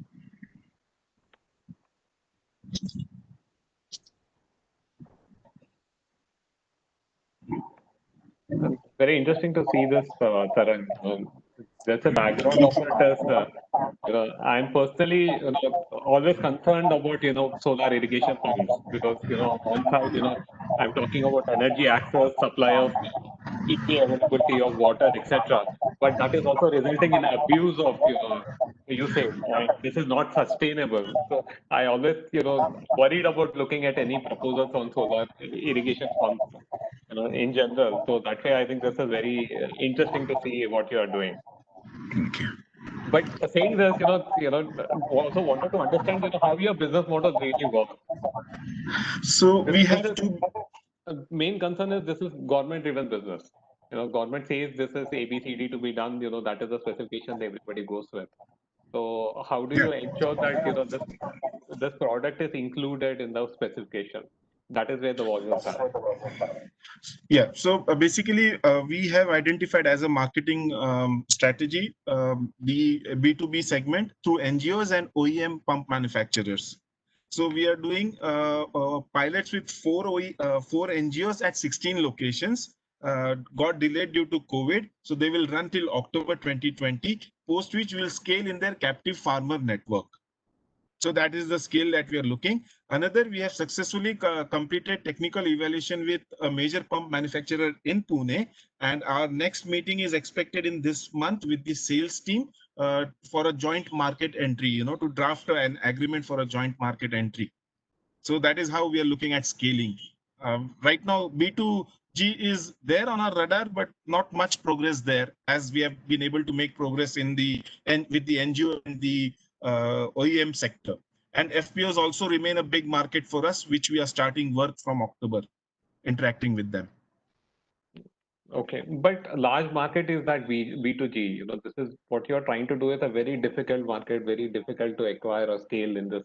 What you're doing, most of the scale or business potential is there in the B2G. I think that is critical for you to crack. Okay, so one progress, actually, Mr. Tandon is not here, but I was the part of the cohort 1 of the FLCTD accelerator, and we are working together for pilots with them as well. After, there is a competition which is going on, and we are being evaluated there at this point. Understood, but does it help in terms of getting specification added into the government contracts, right? Yes. So, Mr. Ravindra, government contracts, though we are working, I don't have much to convey to you at this point, because there's some progress to be done there, and we are working on it at this point. Okay, and outside of that, because that forms the largest market. Outside of that, how much scale that you can build? What is the market size of that? So in India, there are 2.9 crores, 29 million pumps already installed in India itself, and it is growing at 7 to 8%. In Maharashtra, it is a market of close to $200 million, which is 6.5% share. Yeah, I understand that, but that is predominantly government business, because I have quite a few clients who are unable to scale it up, doing a private business. Okay, and we also have a service model. One is hardware sale, and another is IoT service model, where we are trying to handhold the farmer into the future by getting him onto the digital agriculture platform, by introducing him to the scientific way of irrigation rather than gut-based irrigation, which is happening right now. So that is another revenue model that we are looking at. Okay. Government, I agree with you. There's a lot of work to be done, but I'll assure you that it's there on our radar. Understood. And you did mention that your core sales will be B2B. What are the other partnerships that you have built apart from the Pune-based manufacturer that you're talking about? So B2B is, as I said, NGOs and pump manufacturers. These are the two things. And then B2G is, we are looking at some government connects that we are already working at a preliminary stage. Understood. So units, if you're talking, then pump OEM units, we expect anywhere, just that has not yet been discussed, but informally when we had the initial discussion, they were saying anywhere between 2,000 to 3,000 a month. Okay. Understood. I don't have any more questions. Thanks. Thanks, Tarang. Thank you. Thank you, Tarang. Okay. And Sachin, I think we have one left.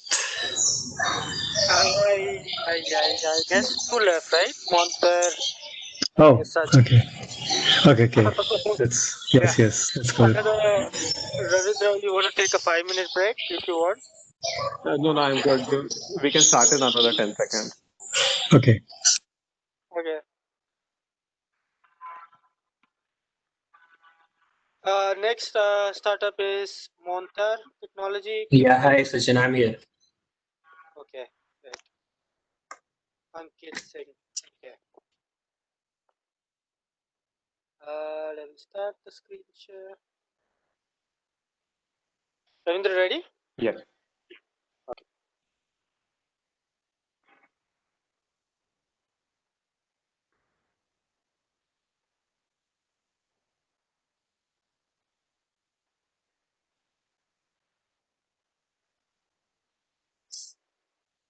Hello everyone, I'm Rishabh from Monte Technologies Private Limited, and we are developing India's first rooftop-mounted hybrid power solution which combines wind and solar on a single grid-tie inverter. The deal that we are offering is we provide MHCS, that is multi-source hybrid clean energy system, to manufacturing companies with 2030 SDG goals at a price point of INR 42 lakhs for a system that can generate 155 kilowatt per day. The beachhead market that we are targeting is Pune and suburbs, for which, according to MIDC, there are 9,000 manufacturing companies, and as per our market research, we have found that 5% of these companies are exploring renewable energy options actively, while 25% companies are interested in renewable options. Customer value proposition that we offer are 37% more output while being 42.5% cheaper than our competitors who provide SWPs or rooftop systems.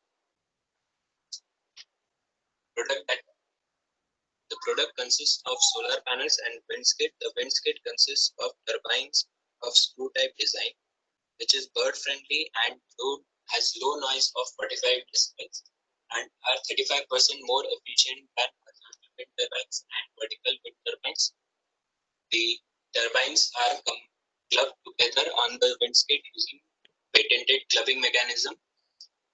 The windscreen also consists of CVT, which enables us to run the flywheel at the maximum RPM for a longer period and give a stable input to the alternator, from which we derive stable DC output, which is then combined with the inverter with the solar output. This system can also work behind the meter system. For our customer discovery, we had key assumptions that the companies would require clean alternative, have high expenditure in electricity billings, change would be desired with respect to quality of power, and reduced cost of production. The key learnings that we had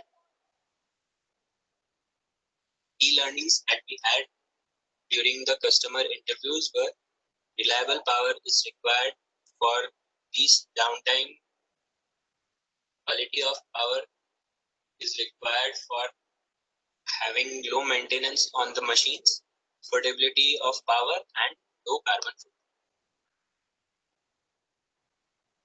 Financials for 2023, that is third year, we profit per year of INR 54 crores by selling 450 products per year at a profit of INR 12 lakhs per product. The key drivers are number of customers. As the number of customers increases, the cost of product goes down, and hence the profit margin would increase. The climate impact that we intend to make is we save 600 tons of carbon dioxide emissions per year from going into atmosphere by eliminating the current solution of diesel generator, which produces 1.05 tons of carbon dioxide per megawatt power generated. The founders team include Mr. Ankit Singh, who has production engineering degree from AISSMS Pune and 6 years of industry experience from Ford Marshall. Mr. Satish Chandra has MBA from IIM Ahmedabad and is instrumentation engineer with vast experience of 16 years across various industries. And I, Rishabh Anand, have mechanical degree from Gujarat Technical University with 3 years of working experience with motor technology. We dream to be a $1 billion revenue company in year 2027. We dream to make decentralized clean energy systems reliable, affordable, and mainstream.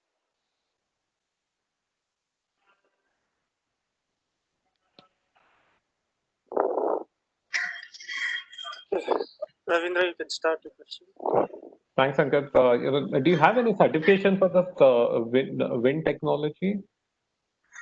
No, we are in talks with NIWE right now for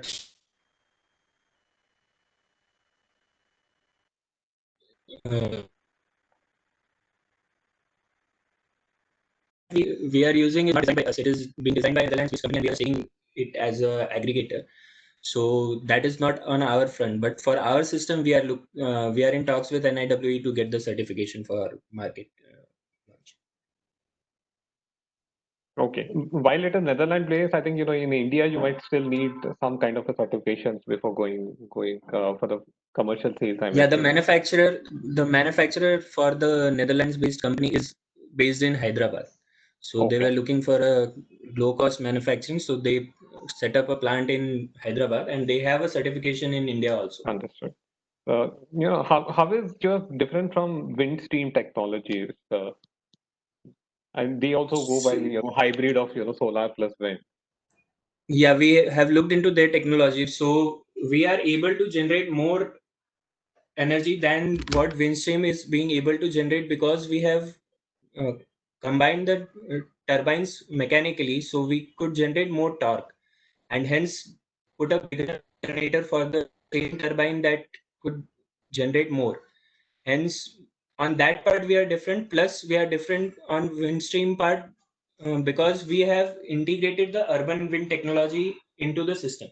So for urban wind, wind turbines have to be slightly different from what is being used in the market right now because the wind blowing patterns in the urban is different from open land.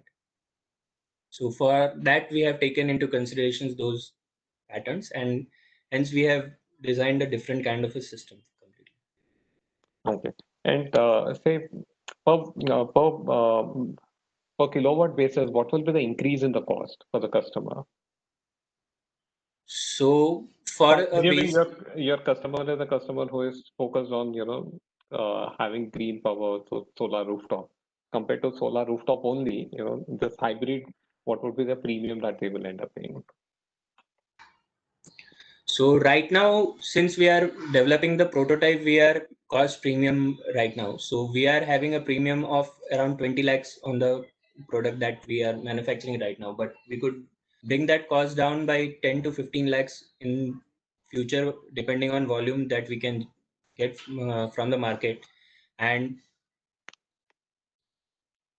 moreover, then we would be requiring less area than what the solar will be requiring. So the company is primarily those companies that have less rooftop area or less real estate footprint.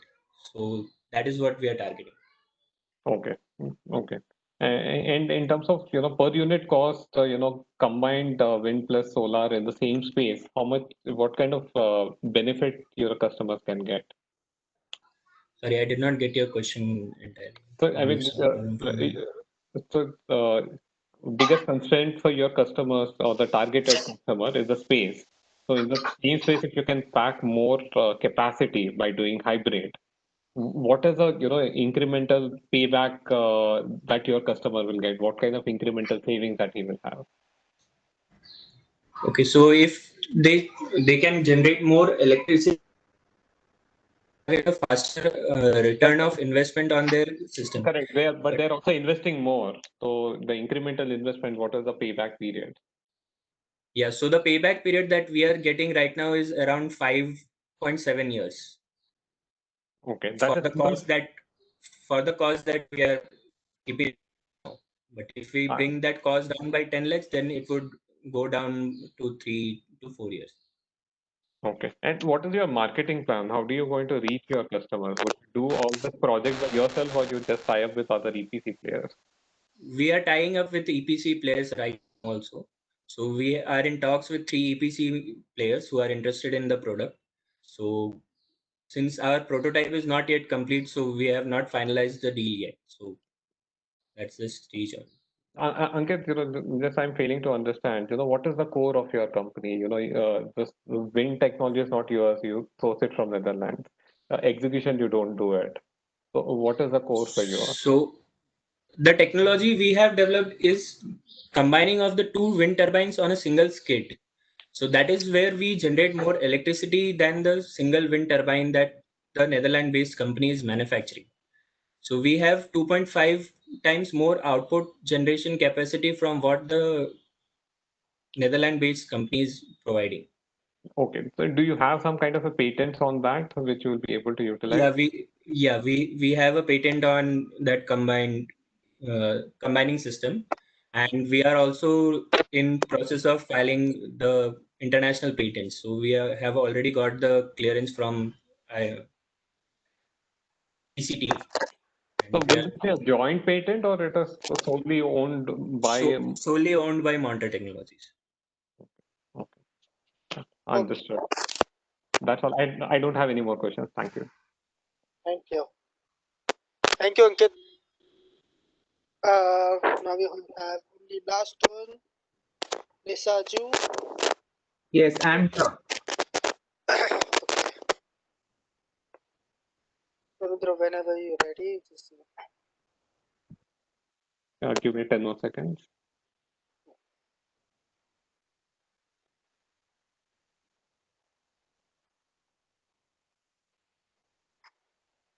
I'm ready.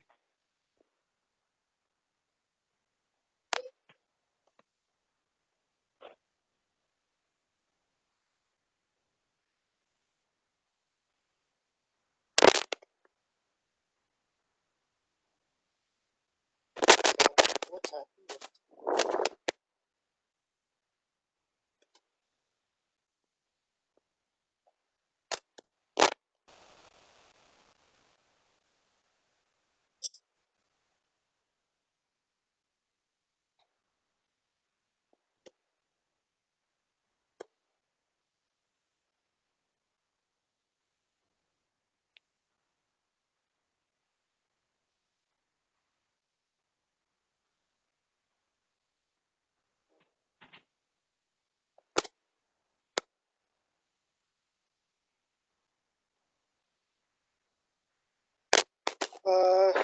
Give me a second. Let me also. I do need to. Can you hear me? Yeah, we can hear. In case any problem, we can have the last person play from their screen. Yeah, they won't be able to do that. They can't share their screen. Yeah, maybe Ravindra can play it from his device. Oh yes, you want to send him the link? Yeah. Ravindra, is that okay? Is that okay? Sorry, Pratap, can you say that again? Yeah, the last The link in the chat. Okay.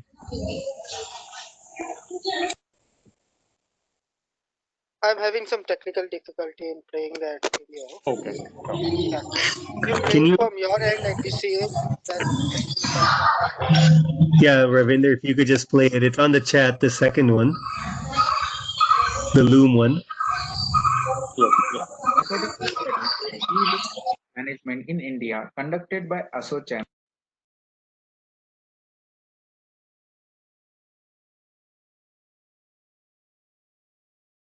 Raju, I'm able to play it. So should I see and come back here? Yeah. Yeah. Sure. Yeah. Got it.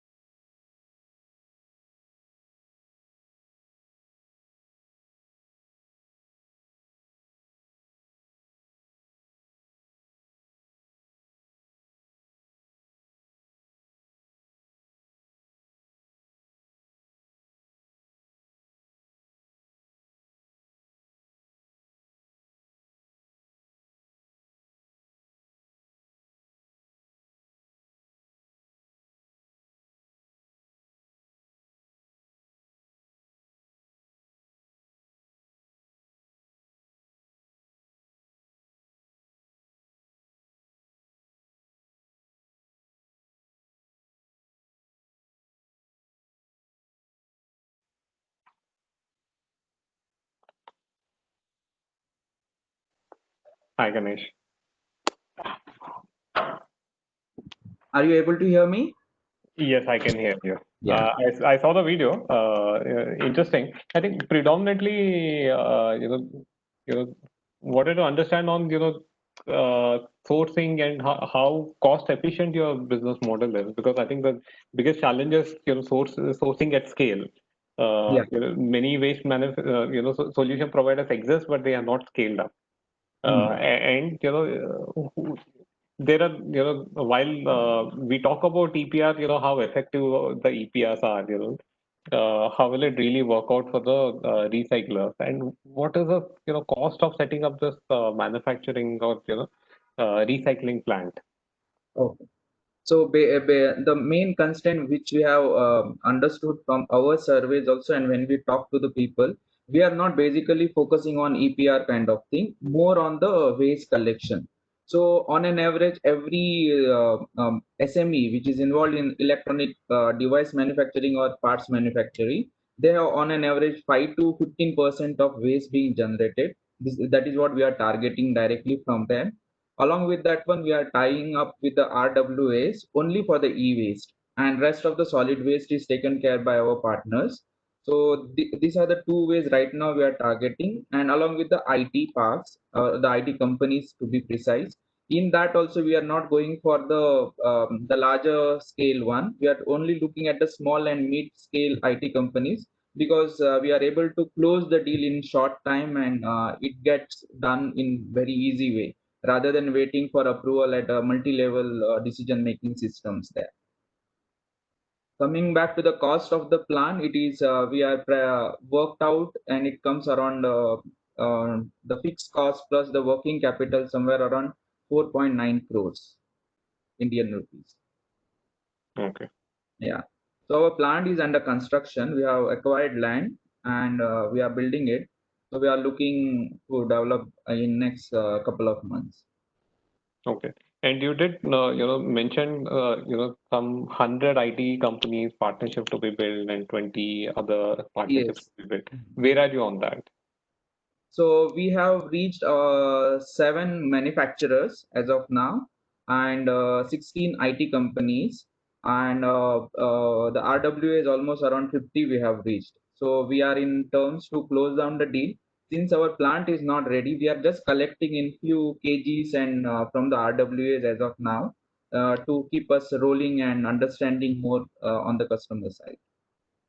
Okay. And operationally, how it works, the partnerships that you're forming, would it be very operationally intensive where your people will be going and collecting at each of your customer locations? Or Yes. do you have some partnerships where, everything will be delivered to your factory?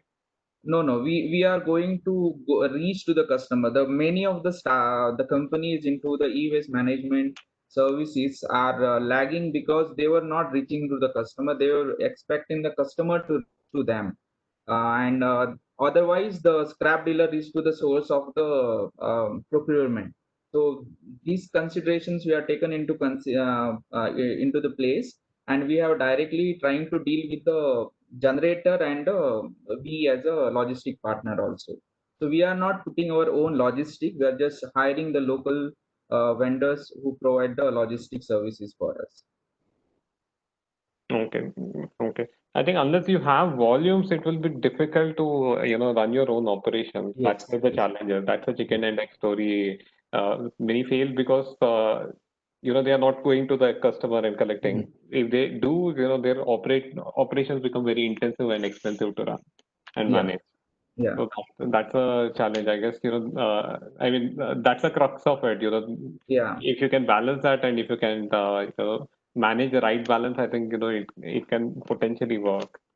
I will just add on to this. So though it was a COVID time, we have collected more than 3 tons of e-waste through RWA's associations itself, and some individual contribution also has come. We had run a campaign like donate e-waste and support farmers in the COVID situation, and we have got a good response on that, which has helped us to build our brand in the beachhead market, to be precise.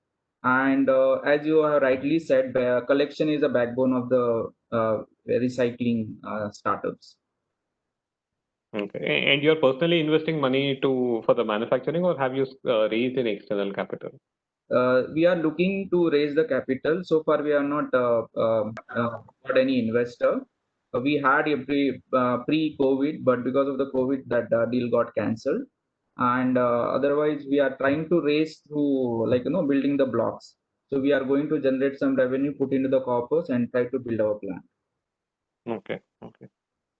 Understood. I think if it is successful, I think it can only be successful in Bangalore. I think relatively they have, I think, thriving overall ecosystem in terms of waste and waste recycling.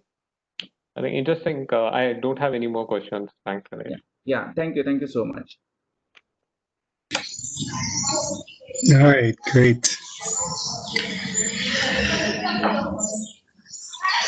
That We have was. been dying to say this.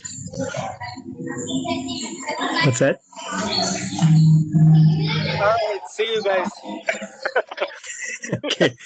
Yeah, this has been a long session. Actually, we're over about 37 minutes. Thank you for the extra time, Ravinder. That was very nice. And I know it's not easy to do this because it takes a lot of mental concentration nonstop. So doubly appreciate it. If you do have time on Saturday, come to the South Asia Finals. I'll send you a link, or the Global Grand Finals is on the 30th. And I'm sure everyone appreciated interacting with you because it's actually also these pitch days that people learn a lot from. What kind of questions, sharp questions come during the pitching, because they need to be prepared for that as well. If you could just send me your scorecard, and maybe we're going to announce this tomorrow at 6:30. Everyone here who's left. If maybe there's a couple of questions, like, because we have to select 5 from this room, and that won't be easy. Maybe I can just email you tomorrow just for a couple of questions here and there. Yeah. Thanks again. I appreciate it. Thanks, Pratap. Yeah. And thanks all the startups, the ones who are remaining here as well. Tomorrow, 6:30 p.m., we're going to announce. So have a good night. I don't think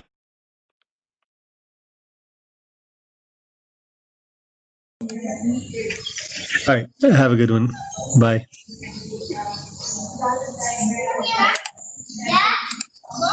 All right, bye bye, everyone.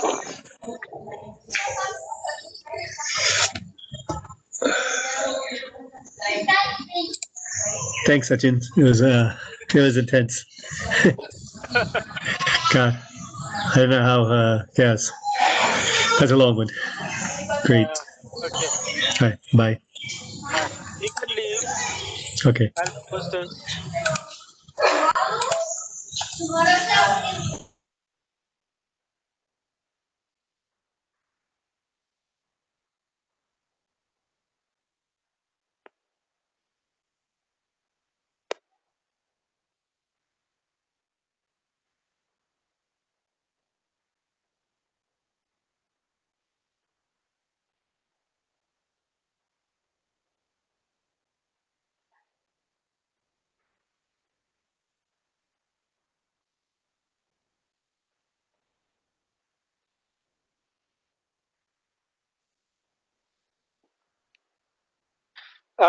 Yeah.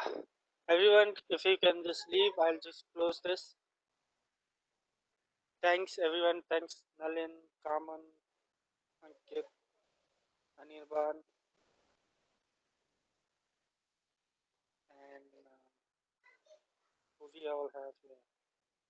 Milind, Varun, Chauhan, BJP, Sustainability.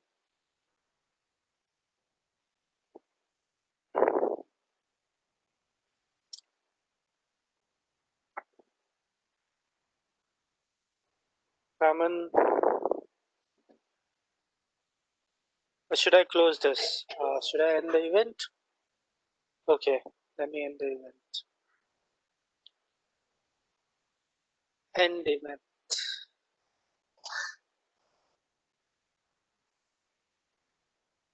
Yes.